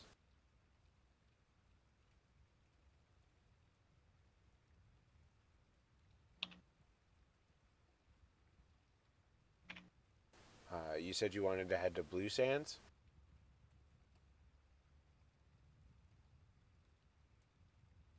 Yep. Yes. Okay.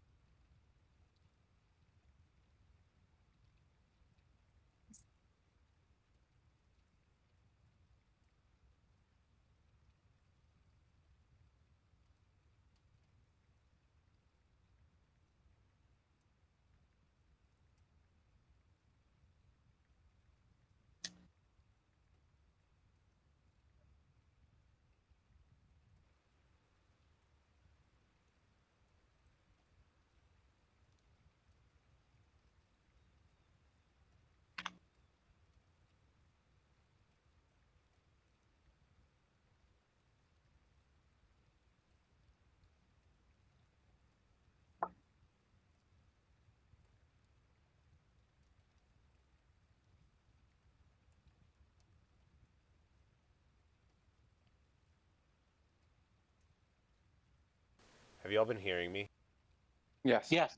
Okay, good. Yep. Because I was on Foundry and it hasn't been working, so I was entirely concerned that you hadn't been hearing this. Anyway, so there's a branch from the great tree overhead, or a swath of branches that's laying across buildings. Um, the gangways that used to sit atop the tree have all been stripped away, and shards of wood sit here and there across the sand. Clearly from the destruction of those. Uh, that was talked about uh, swept through here on its way to the northwest. Uh, Afterwards, it seems like your people took off because there's no one here. You find a few corpses around. Um, when you first get to the western gate, you find the corpse of the very familiar shoebill guard that once posted himself here, named Shulk. It is another one of those mummified corpses that have had the life drained out of them. And you just now stand at the edge of this ghost town. Your home quieted the same as Onakur's, but there's not bodies here like there was there. So at least you have hope that the people you grew up around are still somewhere out there.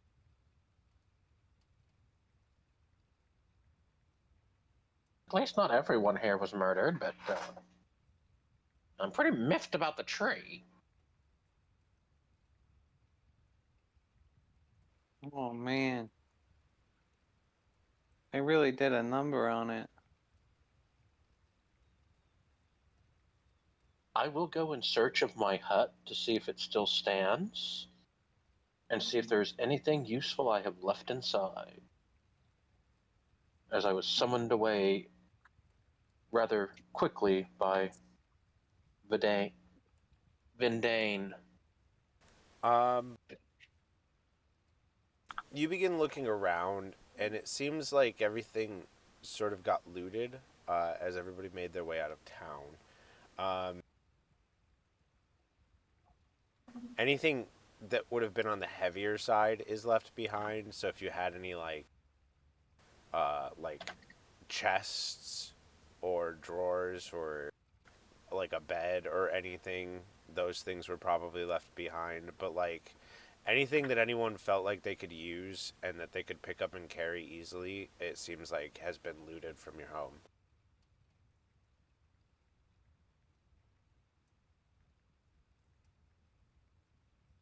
Ah, well, they can use it more than I can. I will go to my footlocker and see if it's still locked or if it was busted open.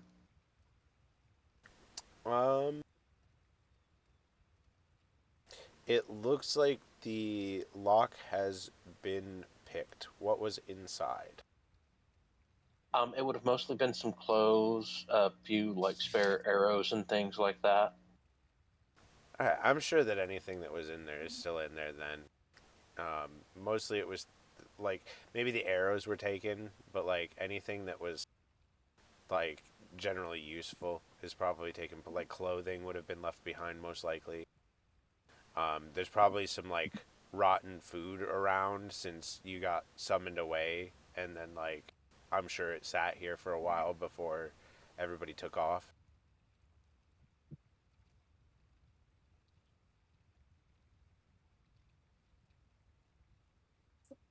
All right, well, I will then move on and look for the ivory that I knew we had stored away.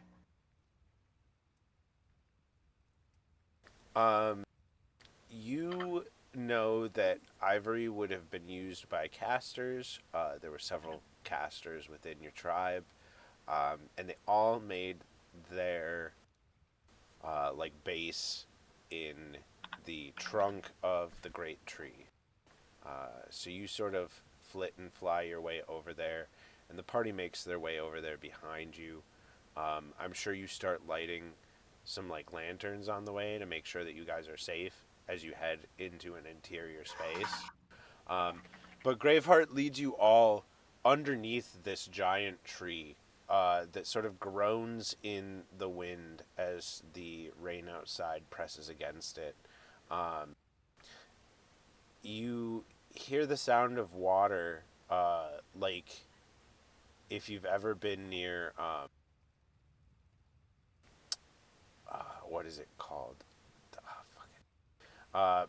But like where the water comes out of the ground, not a geyser, but like Spring. yeah, a spring. Um, it sounds like a spring underneath this tree, and Graveheart would know that the blue sand here produces some water, mostly where it's collected most densely underneath this tree. I don't remember who made the connection before, but somebody had sort of connected that the sand that surrounds here is likely made up of those blue crystals that produce water that a good chunk of the party members have in their canteens.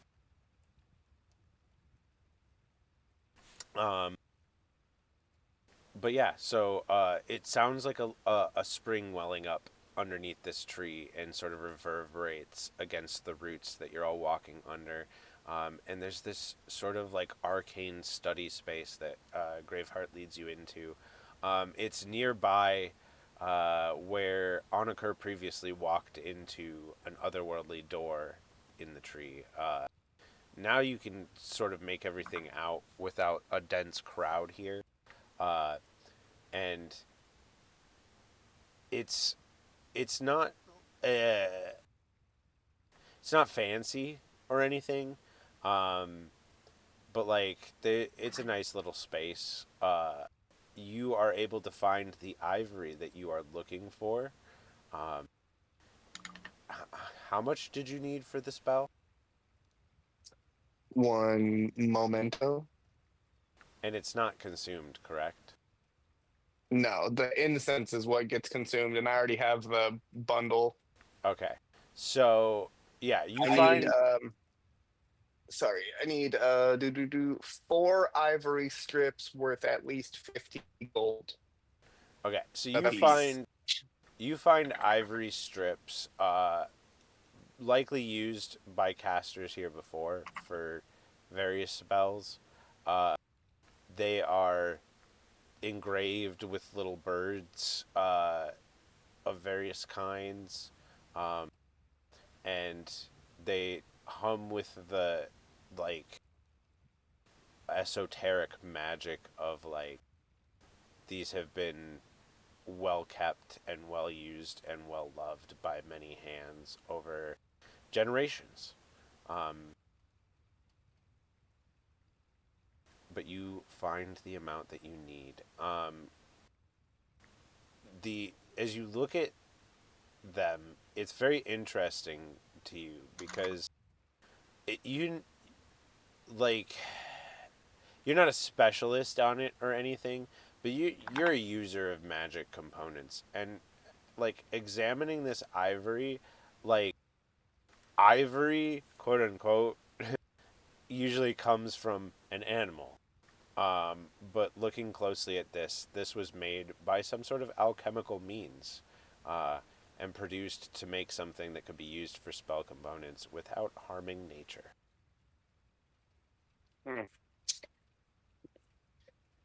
Encore feels its more polished smoothness, even though it looks like it's in a more natural state. It feels more processedly smooth. Fingers over the etchings on it, and it examines the pieces. And, uh, yeah, these will work just fine. Be right back.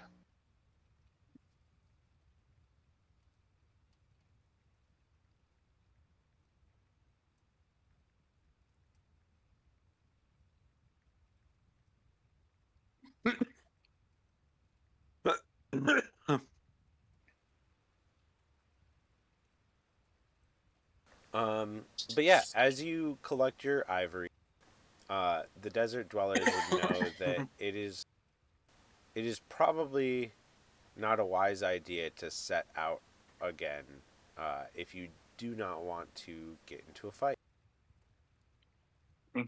Oh yeah, I was gonna suggest us set up down here. I may even use this as an opportunity to try out my spell once because I currently have the ability to do it 4 times.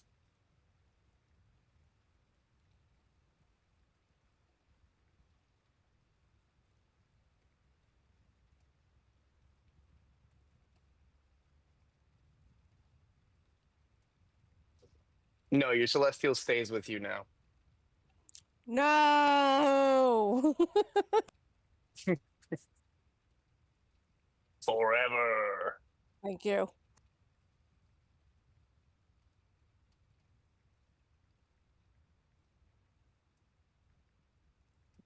All right.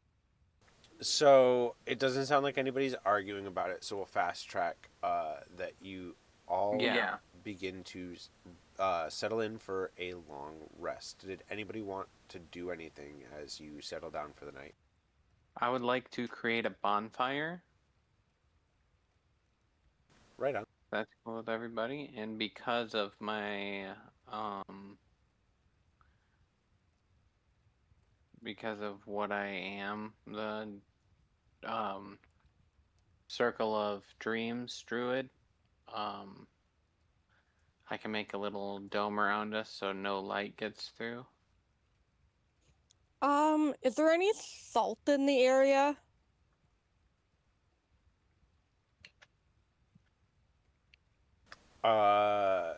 Not really, no. Okay, Whatever you guys have on you.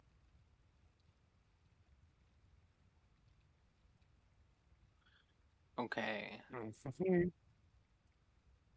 gonna create a bonfire. I'm on the ground playing with the blue sand.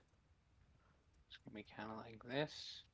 Yeah, as you play with the blue sand, Mika, it like each like grain looks like a teeny tiny little crystal, and they almost feel like they're like. Have you ever played with like kinetic sand? Yes. It's kind of similar to that.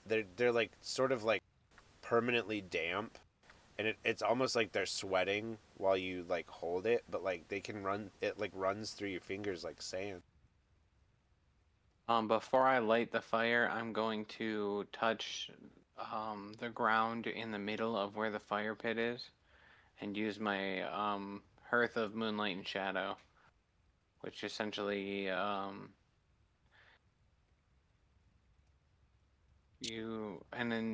invisible 30-foot radius sphere of magic appears centered on that point. Total cover blocks the sphere. While within the sphere, you and your allies gain a +5 to Dex, Stealth, and Wisdom perception checks. And any light from open flames in the sphere, a campfire, torches, or the like, isn't visible outside it.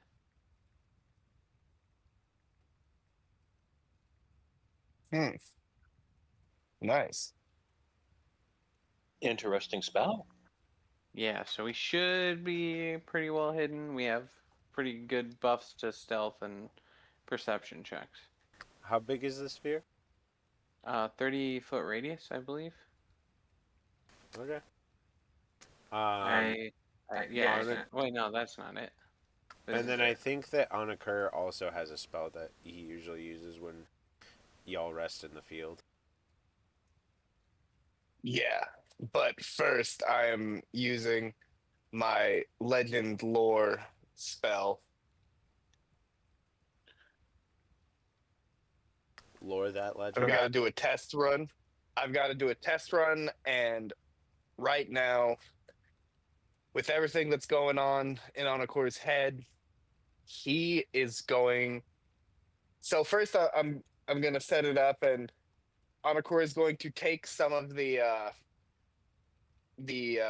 clown face paint that he purchased off of a fey clown, and he's going to use the black face paint, and he's going to do like tribal symbols on his in between his horns, going down like the bridge of his nose, essentially, and then he's going to set up a hunk of incense worth 250 gold in a little bowl just in front of him, and he's gonna then set the 4 pieces of ivory that he just got, kind of like making a little bit of a teepee over the incense, and he's going to light it, and he is going to ask for information on the Temple of Undyne that we are seeking to find, and like, because the temple that's at the village that of the people that we're heading to. Okay, can you...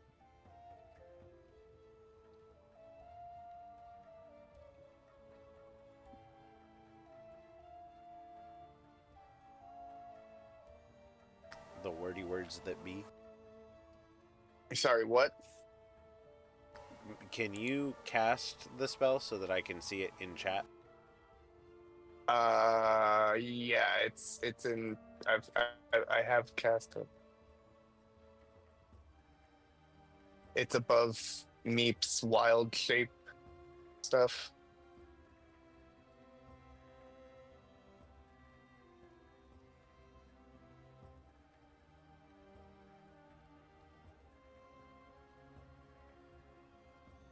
Here, there we go.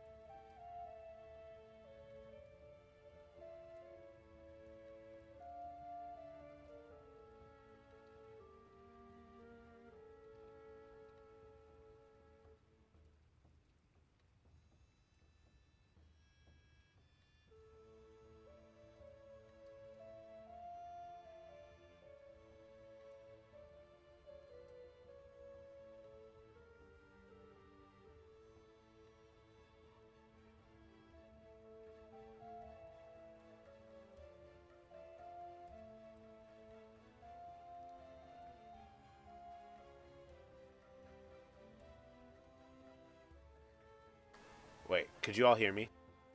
Yeah, Nope. not until just now. Okay, so, zoom out. Zoom, zoom, zoom. Okay, so, you think back to your mother's cryptic message. You think about a palace of shell, as was described to you, and you gain information on that. You find that to the southeast here, and I'm going to ping in the black, so just like make sure you're zoomed out far enough. Right here,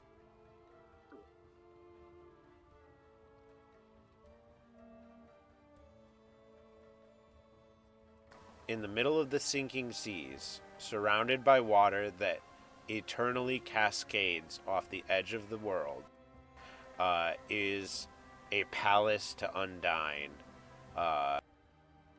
It is known as Undyne's Hall. It is made out of shell and alabaster, or not alabaster, shell and abalone. It glows iridescently in the sunlight on a small island. It is only accessible by a portal on the western side of the world. This portal appears in a place that is eternally snowy, and the light of that snow cascades off of itself in a way that is magical enough to create a rift from one side of the world to the other. Wait. Valin, you do not know this yet. Only Anakur knows it. But that's the information that you receive from your spell.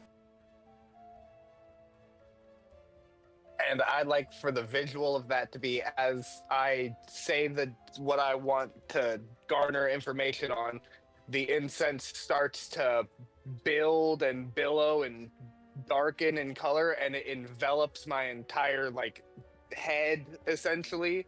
And once it is done and the smoke is done, all of the paint that was on my face is gone, and I have been lore dropped. And Anakor will then proceed to relay. So,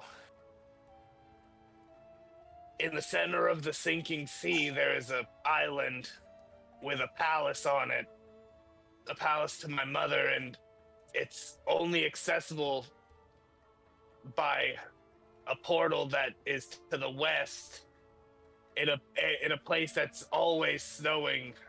The snow cascades in a way that somehow allows you to travel to the other side of the world.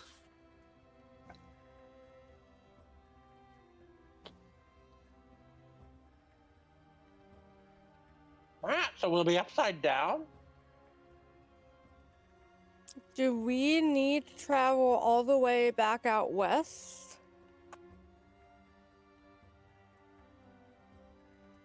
It,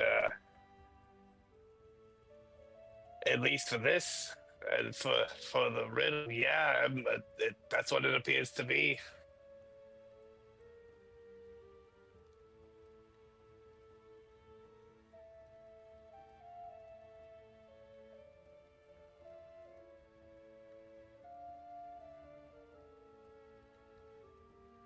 Huh.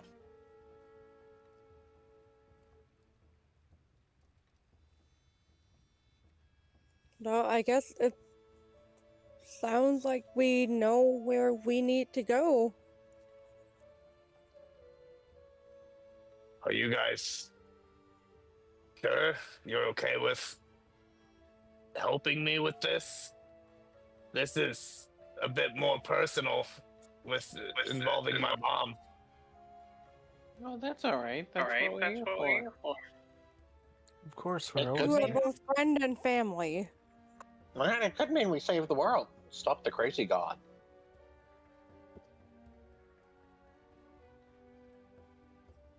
Anakor thinking and currently having that the mental debuff and thinking still rather negatively. He's gonna grit his teeth, and if you all have your mind made about it, then all right. But just know that if anything happens and something we need to avert course, we can always do that too. Oh, I'm sure it'll be fine. We're here Those for are you, famous last you know? words ever. Right. We're all here for you. You've been here for us.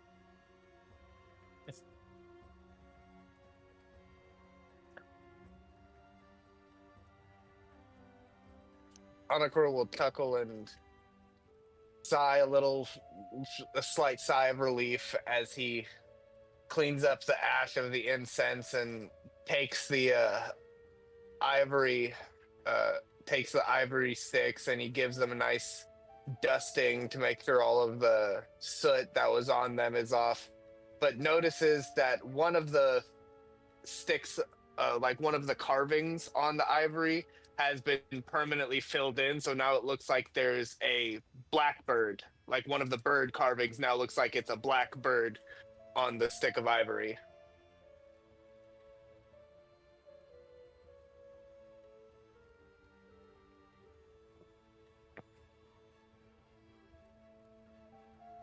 I'll tell you what, if I didn't help you, Bay would be so mad at me.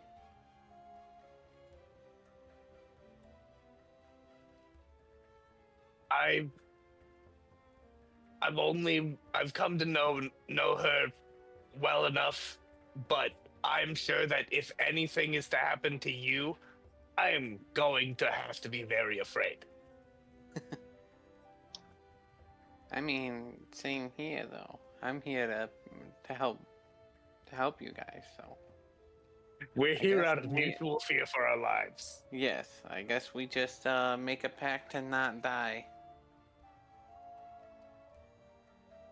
I can do that.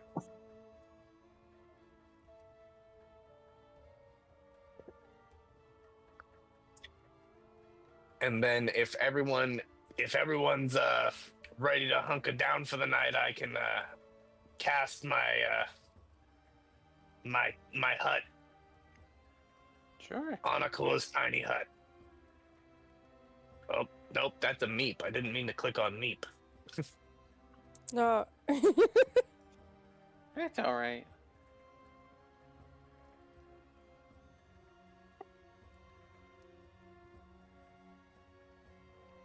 Go ahead, Valen.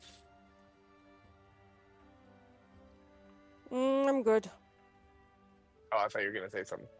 But yeah, Meep, you watch Anakur cast a spell that is like the usual tiny hut, but instead of it being like a normal tiny hut, like the outside just looks like a, what is it, iridescent dome or whatever? Yeah, so it looks like a it's the color that I've chosen and it's purple.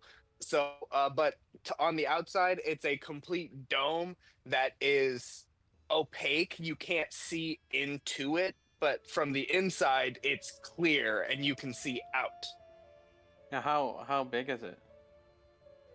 1 second, let me I could throw up the text for this. I think it comfortably fits like 8 people. A 10-foot radius, immobile, dense dome of force springs into existence. Around and above you, remains stationary for the duration of the spell and ends if I leave the area. It lasts for 8 hours. 9 creatures of medium size or smaller can fit inside the dome with you. The spell fails if its area includes a large creature or more than 9 creatures. Creatures and objects within the dome, when I cast this spell, can move through it freely. So you guys can come and go, leave the dome as you please. But if I leave the dome pops and the spell ends. Magic can be cast out of it, but nothing can be cast or shot into it. It's impenetrable. People who are outside of it when I cast it cannot walk into it. So it makes a perfect hidey hole for 8 hours for a long rest. And it also interacts with my thing, so it will be very stealthy and impervious to things. Yes, and Yep, the and inside the looks, the inside looks like a blanket fort.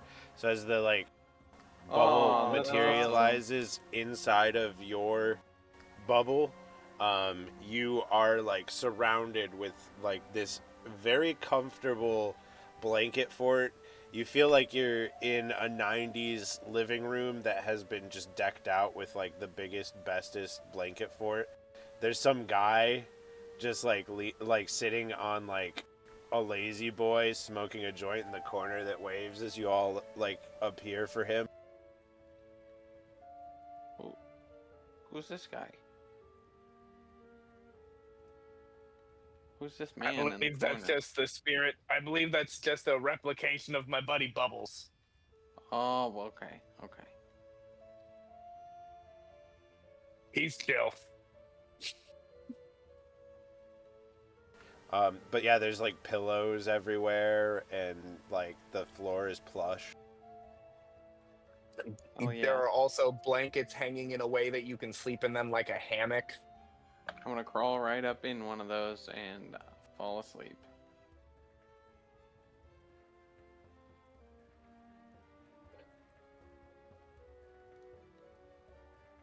Anakor is going to play a song to help everyone to go to bed.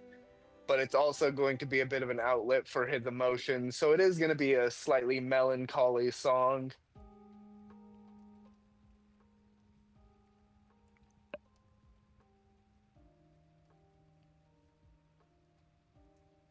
And in the safety of your bubbles, you all take a very comfortable long rest.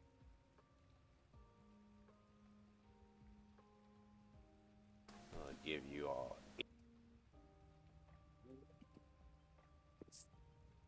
Oh, for Pete's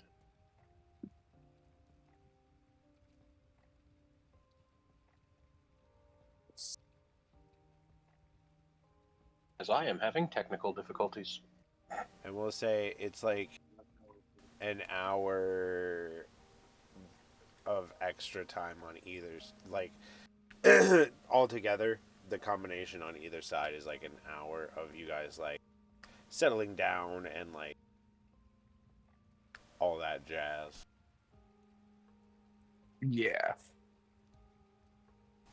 But as you all come out of your comfortable space for the morning, it is about 5:30 a.m. The sun begins to scrape over the northern horizon as it makes its way around the outside of the tower.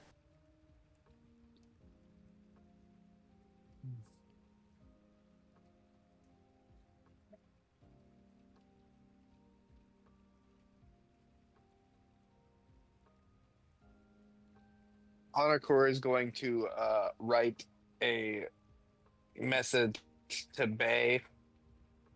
He's just gonna. It's just gonna be short, so I'll just write it in chat. He's not gonna be doing it. It's not any hiding it or anything.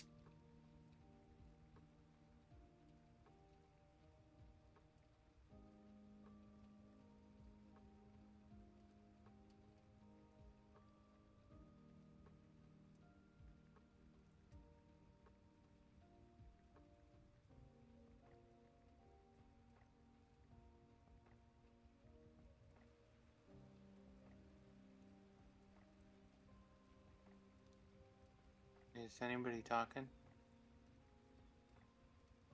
Not at the moment. Okay, just making sure. I just revealed the rest of the desert because I don't think you guys are going to go that way, but it's not like it's super important either.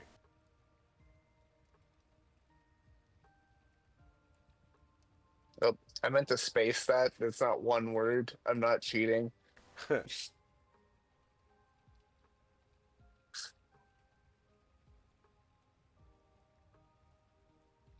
You're sending that to Bay? Yeah. And you get a ping back. Glad you're all doing well. Make sure you all stay safe. I'll respond back with Meep says hi. He didn't tell me to say that, but I know he'd say it. I would say that.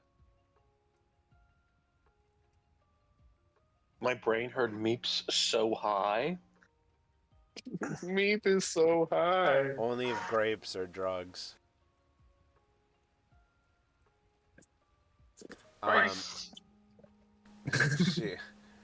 She just says, send my love back. Watch over him. I'm sure he's looking after you.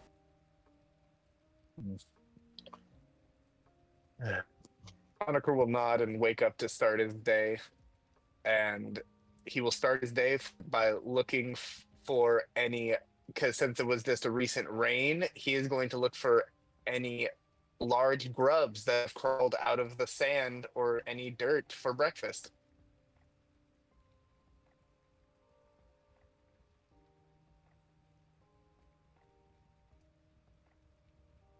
Go ahead and give me a survival at advantage.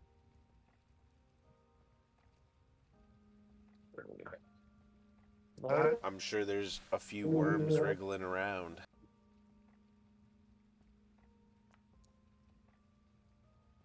Good roll.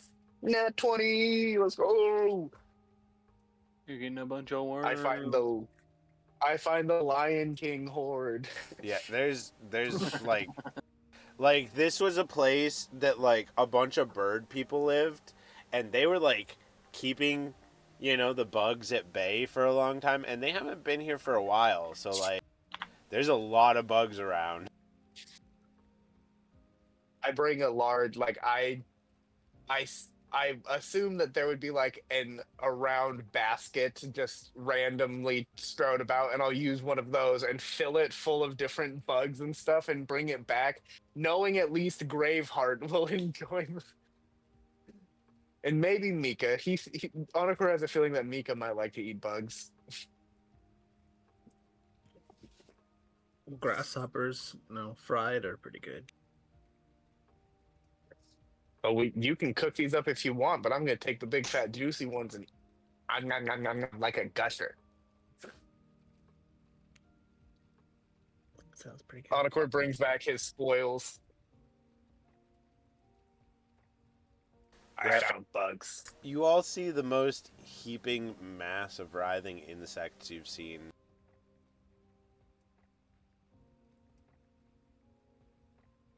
And there's, like, all sorts of makes and models in this mess. Like, you got grubs and locusts and fucking worms and, there's centipedes and beetles.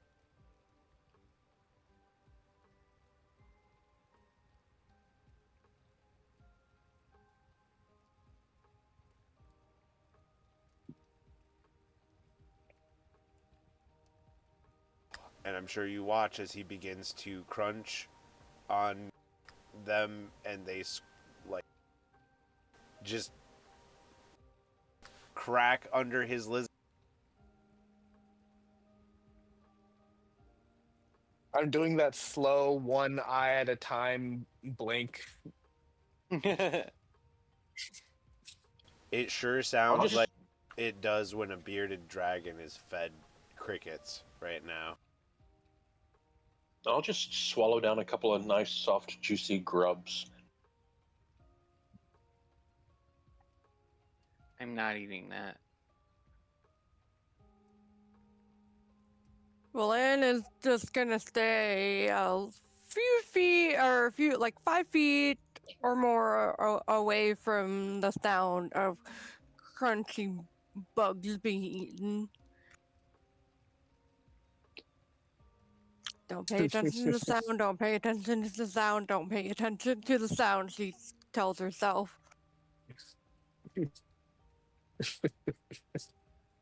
Try the gray one, it's delicious. These ones right here, I call them mustard grubs. They taste nothing like, but their insides are violently yellow.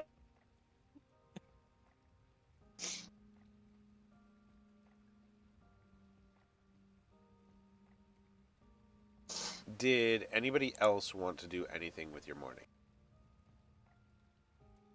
I like to say Valen like to go to a section of where there is sand, blue sand preferably, and she like draws the holy symbol of Titan on the ground, and she sits on top of it while smoking some of her weed. Which one you Put smoking? that list. I don't know. That's why I'm trying to find my list.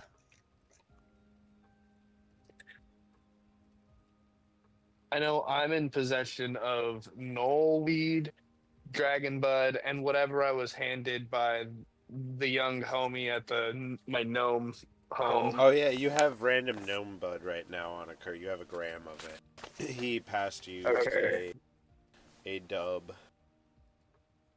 1 second, let me add that into my consumables. So outside, 1 gram. yeah. So you have the 1 gram of whatever Onakur got. I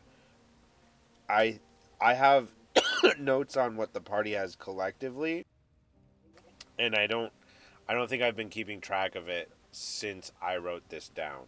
So, but my thing says you had 14 grams of Earth Mother, 14 grams of Dream Door, 12 grams of Fade, and 12 grams of Knoll.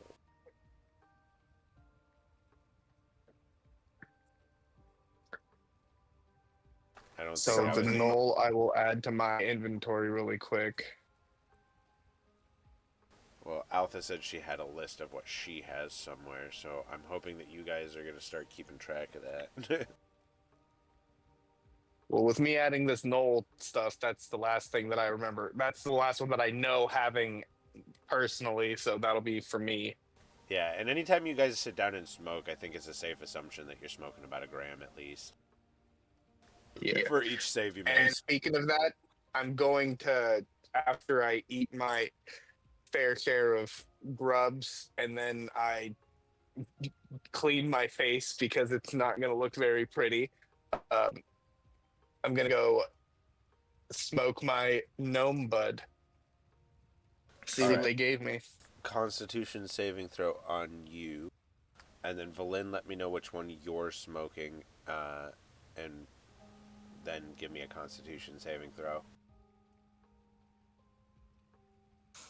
I can not find where I put them.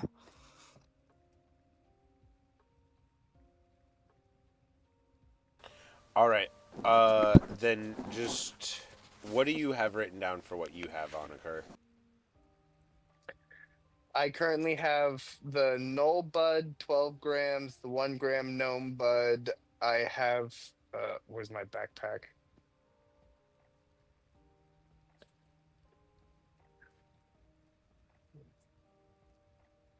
Sorry.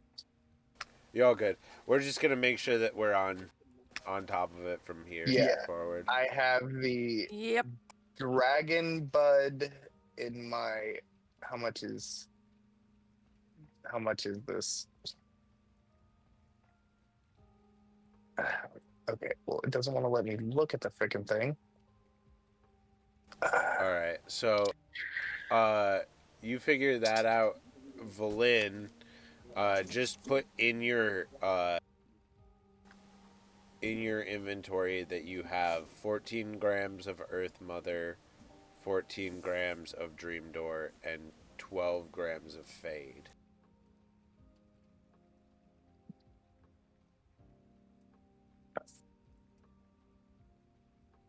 And then Okay, I got 14, 14, and 12. And what were the names again?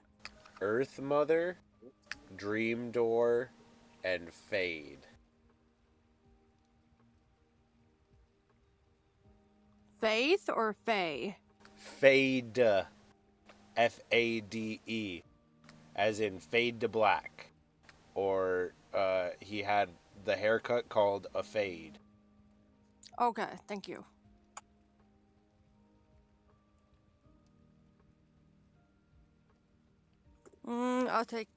I will smoke a gram of Earth Mother. Alright, then give me a Constitution saving throw. On occur, believe it or not, you still failed the save on that. So it is going to affect you. You feel like you sprouted wings. Like you didn't actually sprout wings, but you feel like you sprouted wings. Give me a acrobatics check. Oh, Christ. Okay, acrobatics. There it is. Okay, I'm not horrible at it. Let's go, not 20! For the next 24 hours, Onakur has a fly speed equal to his movement speed.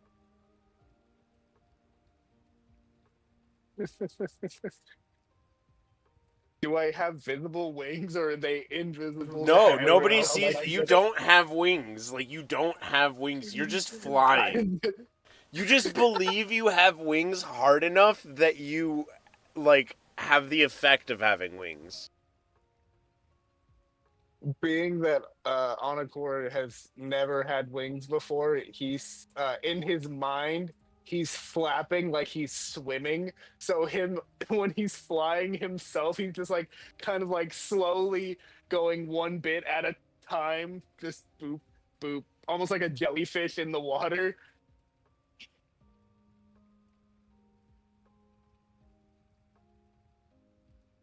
Are you When did we nearby? turn into 40k? Are you nearby, everybody? Can everybody see you do this? Oh yeah, I didn't go too far away. Yes, you all just watch Onakur start to float up in the air, moving like a jellyfish.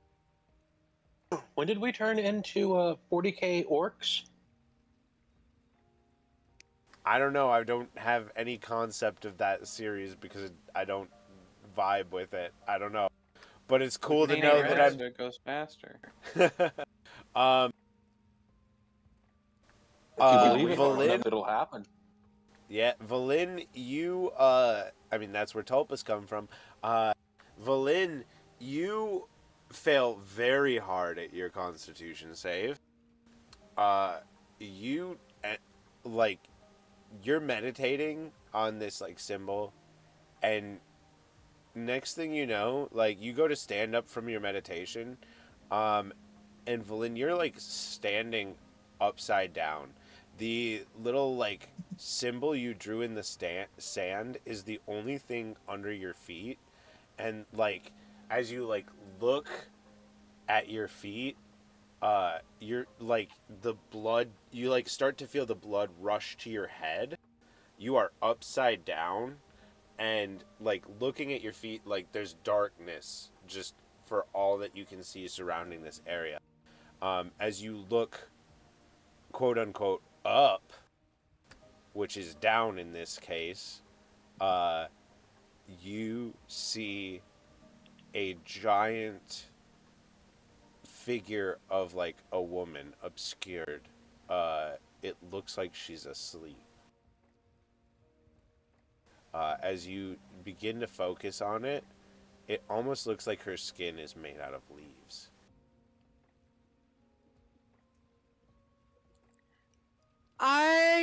Valin, she gently reached out to this woman without touching her, but just about, if that makes sense. Hello? As you reach out, you go to say what you try to say. No words come out of your mouth, but you can feel yourself say it. Your thoughts connect with whatever this is, and it goes and speaks back to you in your own head in a very soft, calm, almost motherly voice.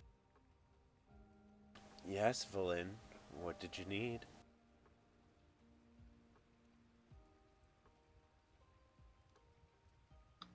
Shit, wasn't expecting that. Yeah, give me a moment.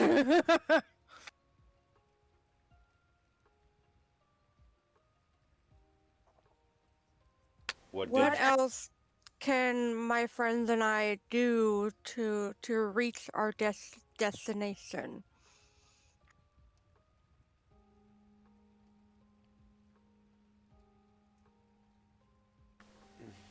There is, if you wish to avoid the desert to the west, there is a way to cross over a small river to the south that will take you past a shrine to Undyne. And then you should be able to head west around the mountains to the south and get to where you're trying to go. Although west would be the most direct route, but you know how much is in the way in that direction. Yes, I do. Thank you for your motherly advice.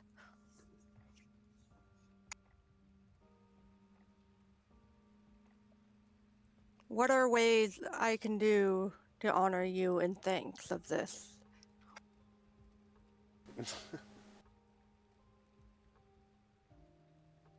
Well, just keep doing what you're doing, since I can't have much of an effect on the world.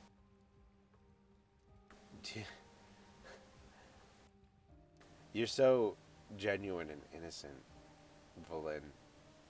Do you even know who I am? I never thought to ask that. Who are you? It's Sylph, dear. Take care of yourself. And help Anakir for me. And then you, you blink, and then you're standing on top of where your symbol was drawn. And instead of the holy symbol you drew, it is now the holy symbol of Sylph. Valen, she kneels down, puts her right hand on the symbol, and just says, "I promise, I will help Anakir." So Valen now only has 13 grams of Earth Mother, which is a strain that allows you to talk to Sylph temporarily. I gotta write that info down. Graveheart will walk up to Valan, look down at the circle, and go, Are you just collecting gods now?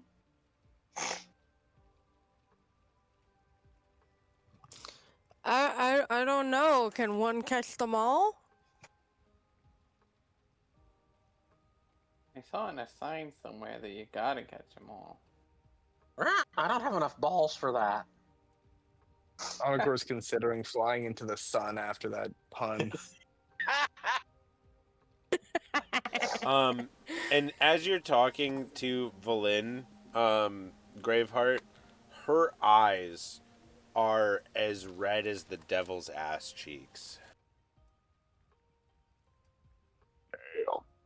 She's high as fuck. She grabs. Figurative. Both figurative and literal? Anakir is figuratively and literally high as fuck, but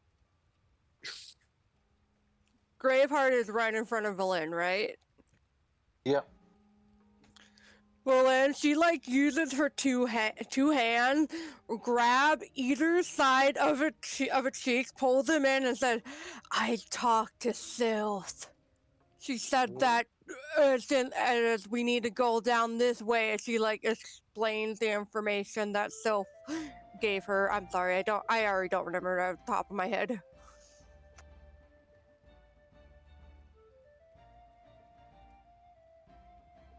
Go a little bit this way, go a little bit that way, and then we're there.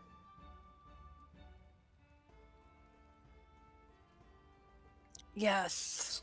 If we want to avoid the desert to the west, we must go this way. It is the way.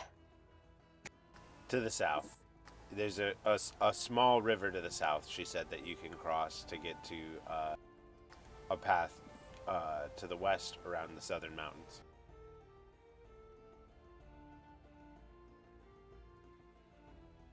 All right, something seems a little sus about this. Oh, well.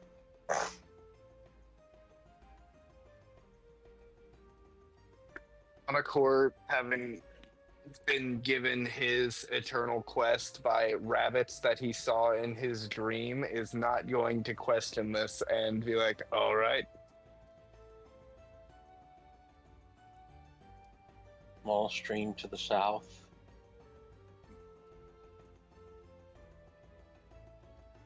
I will begin attempting to lead the way that way.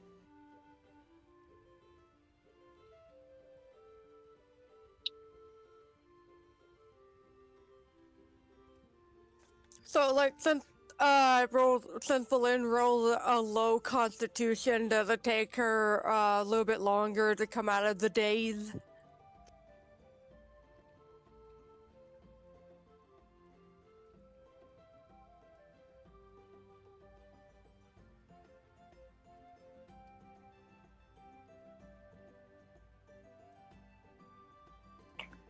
The silence is deafening. I was talking to myself again. So after it's gonna you're like blitzed. It's gonna last you like 3 hours before you start coming down. Uh, you you all have your little morning shenanigans. That probably takes about half an hour as you collect yourselves to get ready for the day and everything. Did anybody else have anything that they wanted to do before the party takes off? I think I'm good. Well, if No. Valena's still in a daze by the time that they leave, she's just gonna like ride Isode. Okay. All right. So you all head out as you follow Graveheart, and he leads to the south, having listened to Onakur and Valin.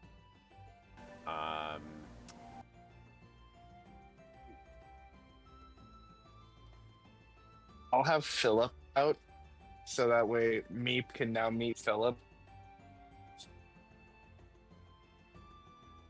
Who's Philip? Philip is my dandelion, a small cat-like creature that looks like a lion with the head of a dandelion flower. And I've slowly been using spells and magical sands and dirts in order to evolve him and make him large enough that currently small creatures can ride him like a mount. And Yeah. I want to bring him out so he could play around in the blue sand. Well, he's not big enough. Like he can piggyback someone small, but like he's about the same height as Mika right now. So, but he mostly lives in Onakur's backpack in a clay pot that he's been carrying around. But you see Onakur pull out this little creature. It looks like essentially a teddy bear lion. Like it is the size of Mika, but like sort of teddy bear shaped. It's a lion in the face, and like instead of a mane, it's like dandelion flower around its head, and then its tail is a little dandelion puff as well. That is such a cute little guy. I'm gonna I take love some of the him. blue sand and pour a small layer into the potted plant inside of my backpack as well. Keeping him water. Yeah, he like sort of like plays around as you guys are traveling. Just keeping pace with the party, sort of like pouncing around, maybe chasing some desert mice here and there.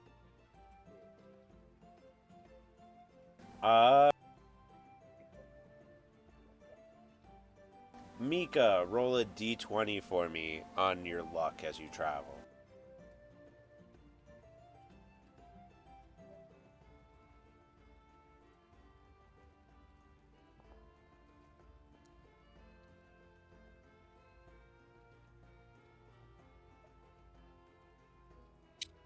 All right. Well, thankfully, the area you travel through is not too dangerous. You hit a part of the desert known as the Hot Springs of Peace as you head southeast along the edge of the desert. There's a bunch of warm mineral waters here, and Onakur and Graveheart would both know that this location is the one place in the entire desert where any of the tribes could come and be friendly with each other. Everybody needs water.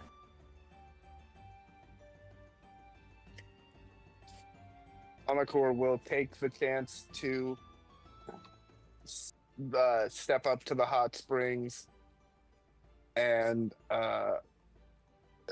wet his scale. He's going to just to like his full and everything. The digitation he could dry off after, but it's been a long time since he's been to these hot springs, and whether our actual it's special, so he's like that he forward to one of the few things he would the trips to. You're cutting out real hard. That's unfortunate. Anakor is going to enjoy the hot springs for a moment. That's pretty much it. I heard most of it. Yeah. It's just at the end it was starting to cut out. Yeah. So you all can take a moment to just sort of splash around, have a hot spring episode. I'm gonna jump in. I'll let Philip and Hypnos bird bath. I'll let Hypnos do a big bird bath.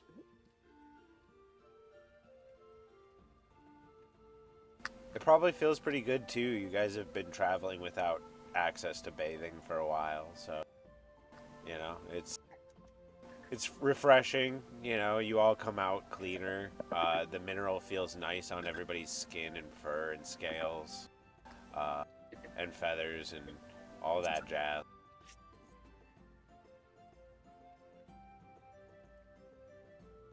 But you all look to the south from here, and the terrain seems to change on the horizon.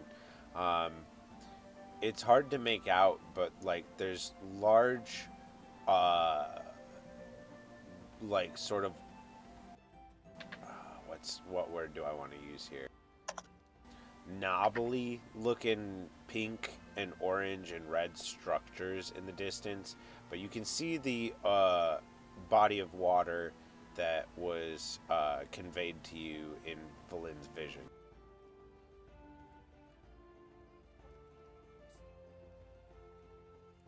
Well, it looks like your stoned visions were more than just a stoned vision, I guess.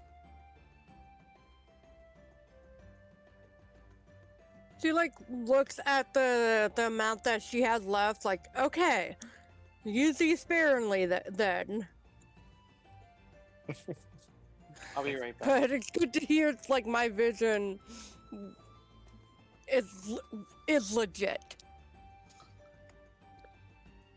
You're good. But I'm sure after everybody has a nice time in the hot springs for a moment, you gather yourselves back up and begin to head again to the south, where you can see the river that was described to Valin. As you get closer, you make out a wooden structure sort of to the east, southeast of where you are.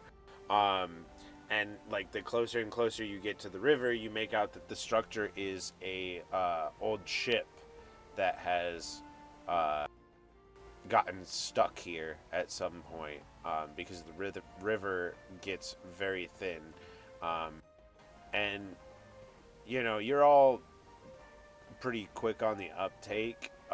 It's obviously a Zelkin ship of some kind. You figure some explorer made their way down the river to the east here, and kind of got caught along the way. But also, as you get closer to the river, you're able to make out the previously described sort of knobbly looking shapes that are coral that lines the horizon as far as you can see in large sweeping swathing structures that pop up out of the sandy terrain around you to the south.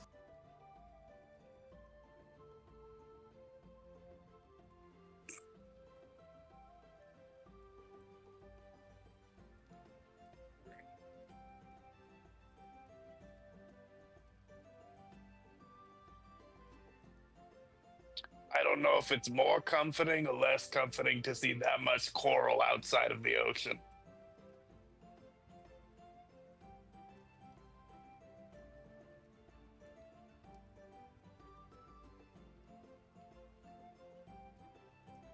Can Valin examine them, see if they were they grew here naturally or they were put here by magical means?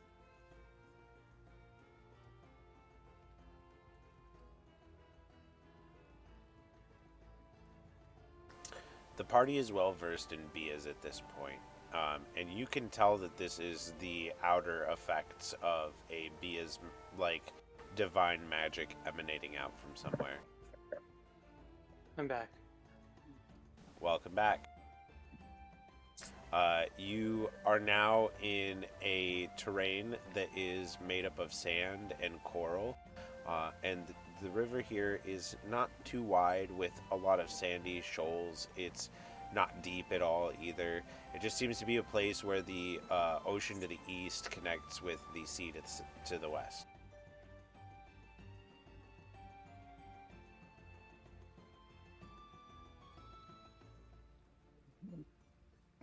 Are we able to discern that is like undying Bia?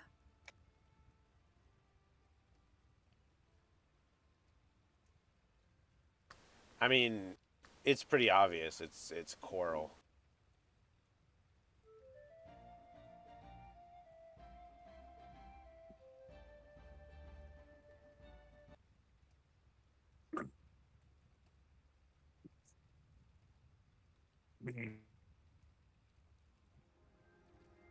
It's strangely beautiful.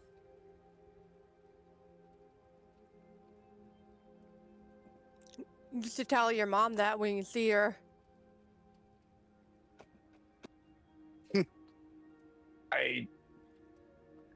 Well, we're gonna have to get the whole corrupted thing dealt with first. I'm pretty sure if I told my mom right now, she'd like roar at me and then like fuck up my mind again. I've taken a lot of mental damage in the past few days, and I'm really gonna have to look up if there's some sort of profession of a person who like listens to your gripes and your complaints. Like you pay them to listen and they tell you things to do to like deal with it. Like I don't know if that's a job that exists somewhere, but man, I need it. I could incorporate something like that into the religion, of Titan.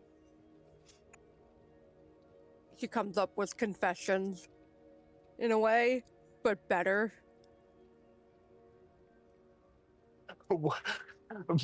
I love that the out of character. I love that the line of thought was Anakor is talking about therapy, and Lynn's like, "Tell me your sins."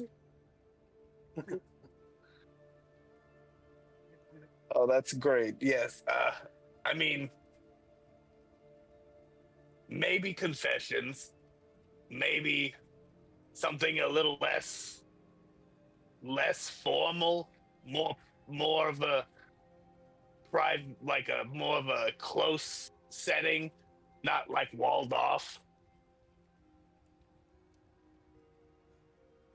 Yeah, this tell me more so that way I could, I don't know, just come up with the best thing possible to help people, as you were like saying. Anakor goes over the basic ideas and concepts of therapy.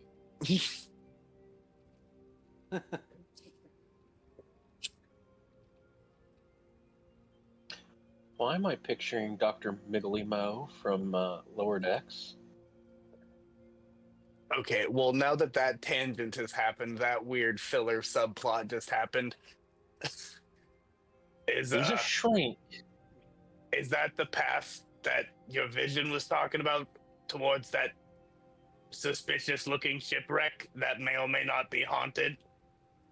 As you all scan the horizon, there is a forest to the southeast on the other side of the clearing, on the other side of the river. There is the ship in the middle of the river that's just sort of stuck. It looks like at some point it kind of cut the water off, but now to like on your side of the water, there's like water flowing past that side of the boat. but it's stuck in there. It ain't going nowhere. There's a hole in the side of it now from just sitting here like a long time. It doesn't look like anybody's been here for ages. There are little sandy shoals along this thin river. It's maybe like a foot deep, so like maybe river's not the word for it, but like what else you can call it, you know? It's almost like you can just like walk right across the whole river. The like coral and the boat and everything. It's more like puddly terrain. I don't know. But to the southwest, the clearing opens up into more sand and coral, and it seems like there's a structure of some kind over there.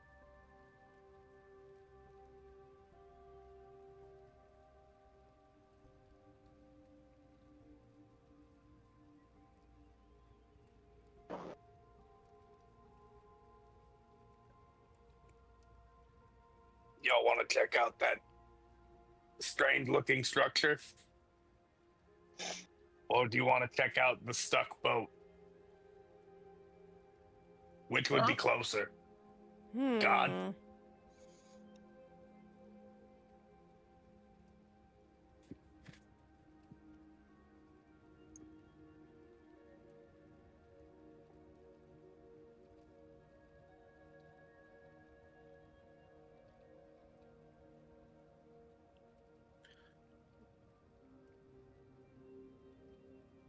The boat looks more interesting, to be honest.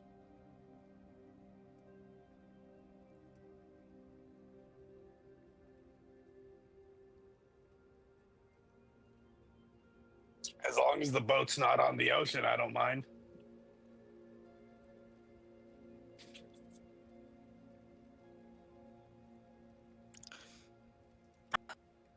Well, on, Isolde, Willin looks down to her friend. Which one looks more, I don't know, what are we going for, guys? Safer? Yeah, I mean, yeah, generally probably safer. Yeah, probably. I feel that the boat is likely the safer of the two locations. It doesn't seem like anything's been here for a while. The structure in the distance is some sort of Bia, attuned to Undyne.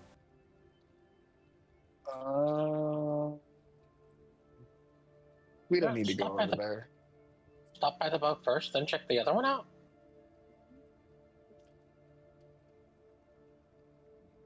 We need to. Boat works, yeah. I'm with both. Boat. All right, you all approach the boat. It's waterlogged and creaking. The splash of water that flows past it separates you from a large enough opening in the side of it for you to step right inside. From the inside, there is a rotted staircase up to the deck. The hull seems to have all sorts of like supply barrels and crates, and there is the wrappings of rations all over the place, and you can see every one of the barrels and crates has been broken into and like gone through. Like someone stayed here for a long time and went through all of the supplies that they had brought. You don't see any bodies around. Well, maybe they must have moved on. Or they got moved on. That's a sinister way of saying that. We're right at the edge of the desert of demons. True. That's true.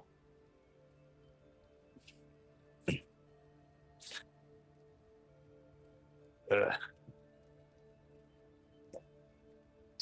Using my newly ascertained ability to fly, I'm gonna float up to like the upper deck area. All right. The deck does not seem very sturdy at all. It'd probably be a concern to stand on, so it's a good thing that you're flying. You see not much of note up here. There's some like mildew covered rotting ropes. What's left of the sails flap in the wind uselessly. Eerie breeze of melancholy sweeps through the area. The only thing that stands out of note is that there's a captain's quarters underneath the steering wheel. Alakor is going to fly into the captain's quarters.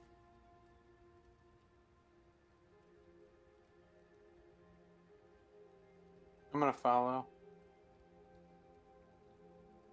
I will eventually go and follow since no one's coming back downstairs.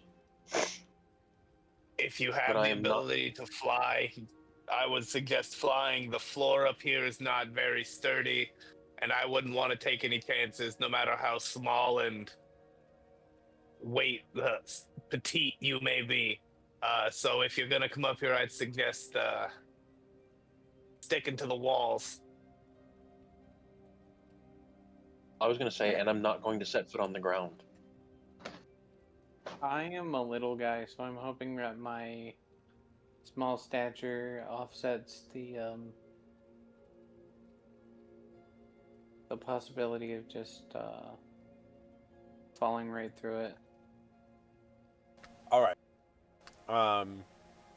Meep, give me a acrobatics at advantage. Okay.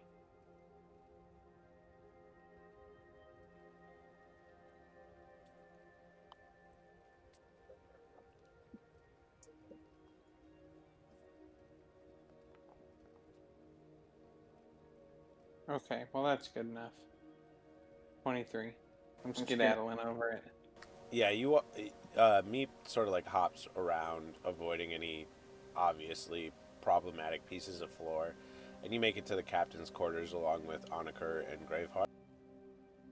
And as you all sort of look across the interior chamber, there is a rotted out like bed that is just next to nothing at this point. There is like an old desk in one corner that's just in pieces, like it heaved against the wall when the ship crashed. There's not a lot of note. The only thing that really stands out in here, against the back wall, there is an oil painting of a woman. At least that's what you think it is. It looks like it's been exposed to the elements for so long that like the oil paints have like run and like it's all smeared and melty. Can I use prestidigitation to clean it? It's more of like it would need to be restored. You could clean it, but like clean the dirt and gunk off of it, but the oils themselves have sort of smeared over time. But you're pretty sure that it used to be a painting of like a noble lady, probably the captain's love interest or something. Huh. Or a mother. Or a queen. Can I gently move the picture and turn it around to see if it has an at all legible signature? You grab the frame of the picture and the wood is soft in your hands and sort of like disintegrates as you touch it. And the like canvas of the painting flops wet on the floor. Behind where the painting used to be, there is a safe, a combination safe. Ooh. Honor wants to try and pick the safe.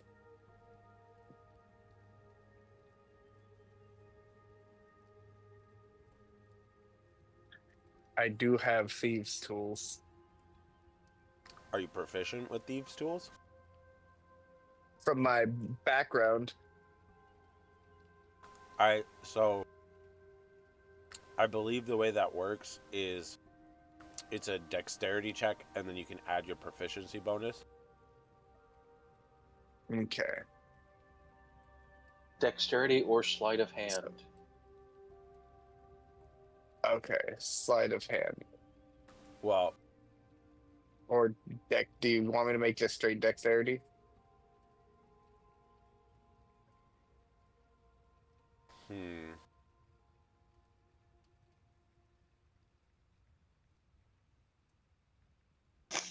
Okay, D&D Beyond is now just flat out saying that it uses Dex plus your. yeah, that was the way that I always understood it.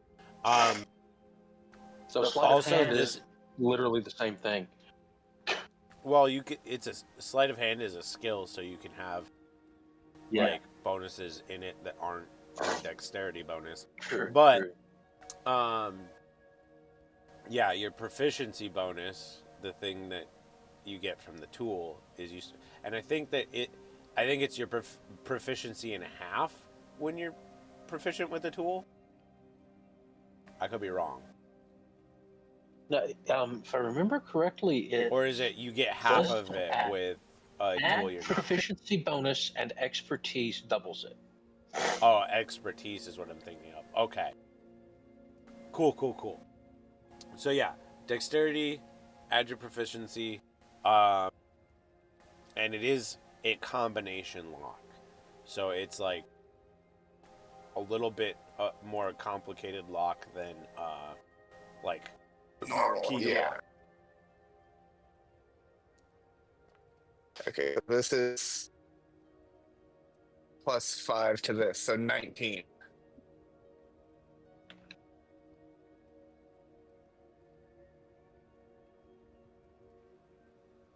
You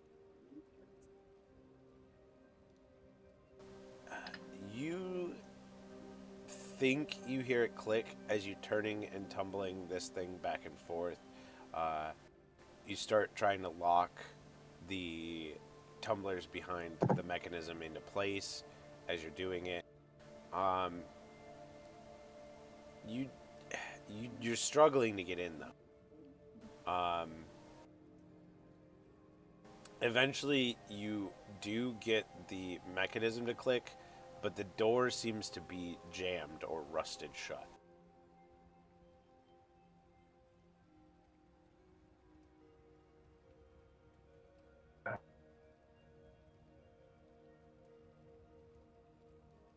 Using investigation, would I be able to tell if like a strong pull could get it open?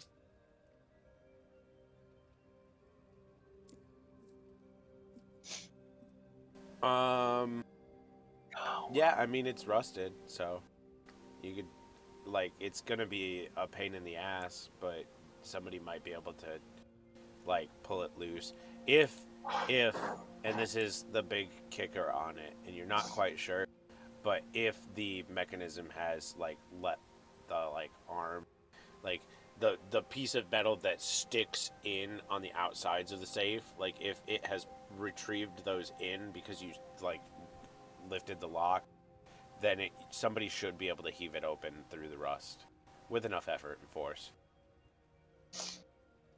Okay. Hey, Graveheart, you mind? I might need your muscle here. I fly over, grab a hold, and pull as hard as I can. Before Graveheart does, I'm going to cast Enhance Ability and give them Bull's Strength.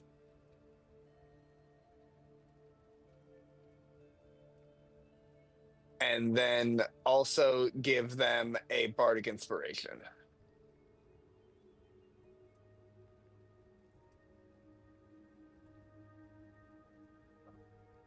Let me see if I can target T for Graveheart and then apply. Oh, nope, that just did it to me.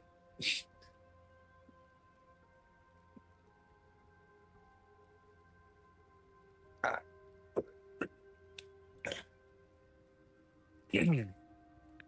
Okay, thank you.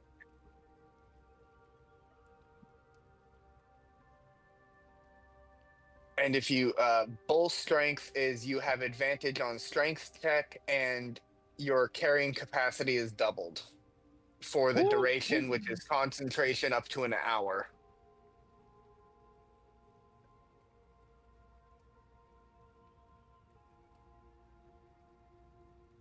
Anakor takes his guitar that he got out and starts to shred a metal rift for Graveheart, and their muscles swell up.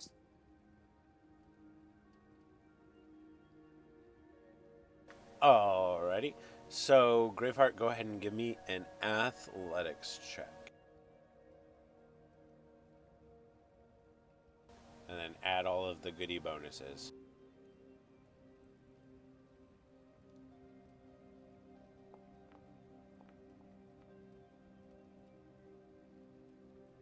And is it a D12 at this point?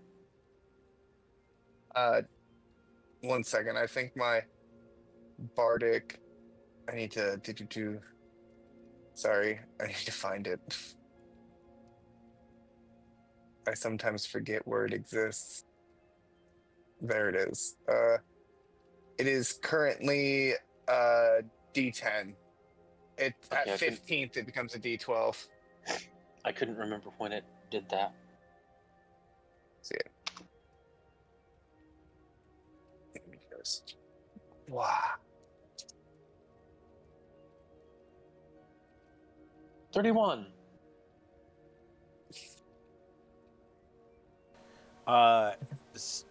Similarly to Onikar before you, you struggle a bit with this save, but you start giving torque on it. Like you put one foot on one end, and then you start pulling it in intervals of really hard pulls, sort of with a rhythm, and it eventually pops with a loud. You open it up, and inside there is a rotten old leather journal that is absolutely indecipherable. You can tell that it used to be leather, but even the outside leather is rotten and nasty, and the pages are so green with mildew and smeared watery ink that you can't really make out what it says at all. The other things in there are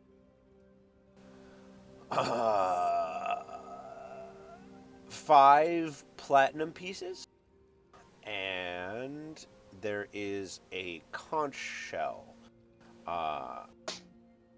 with symbols written all over it in gold.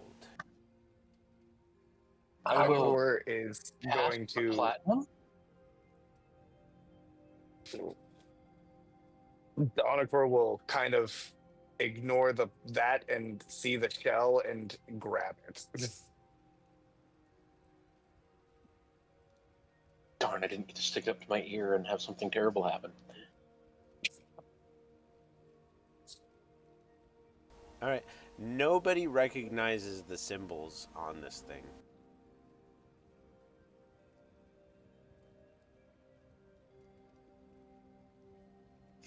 Anakor is going to just examine it for any other imperfections, or just kind of also to he may not be able to understand what it looks like, but kind of get a good look of what the symbols are on there.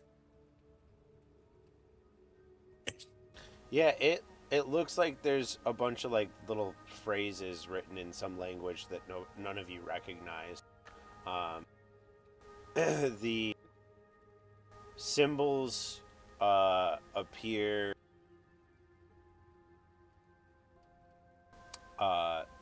like almost in like uh, wave patterns. As you look at them, they sort of look like something between like ripples in the water and like various fish forms, but like you can tell that it's meant to be words.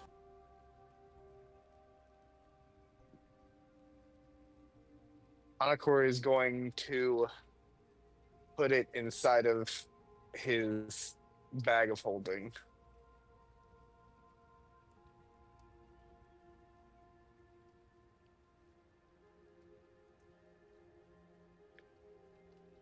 That might we might be able to find somebody that can translate that later on.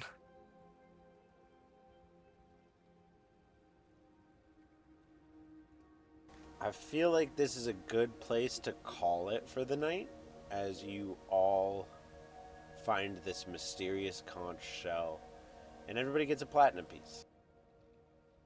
Oh.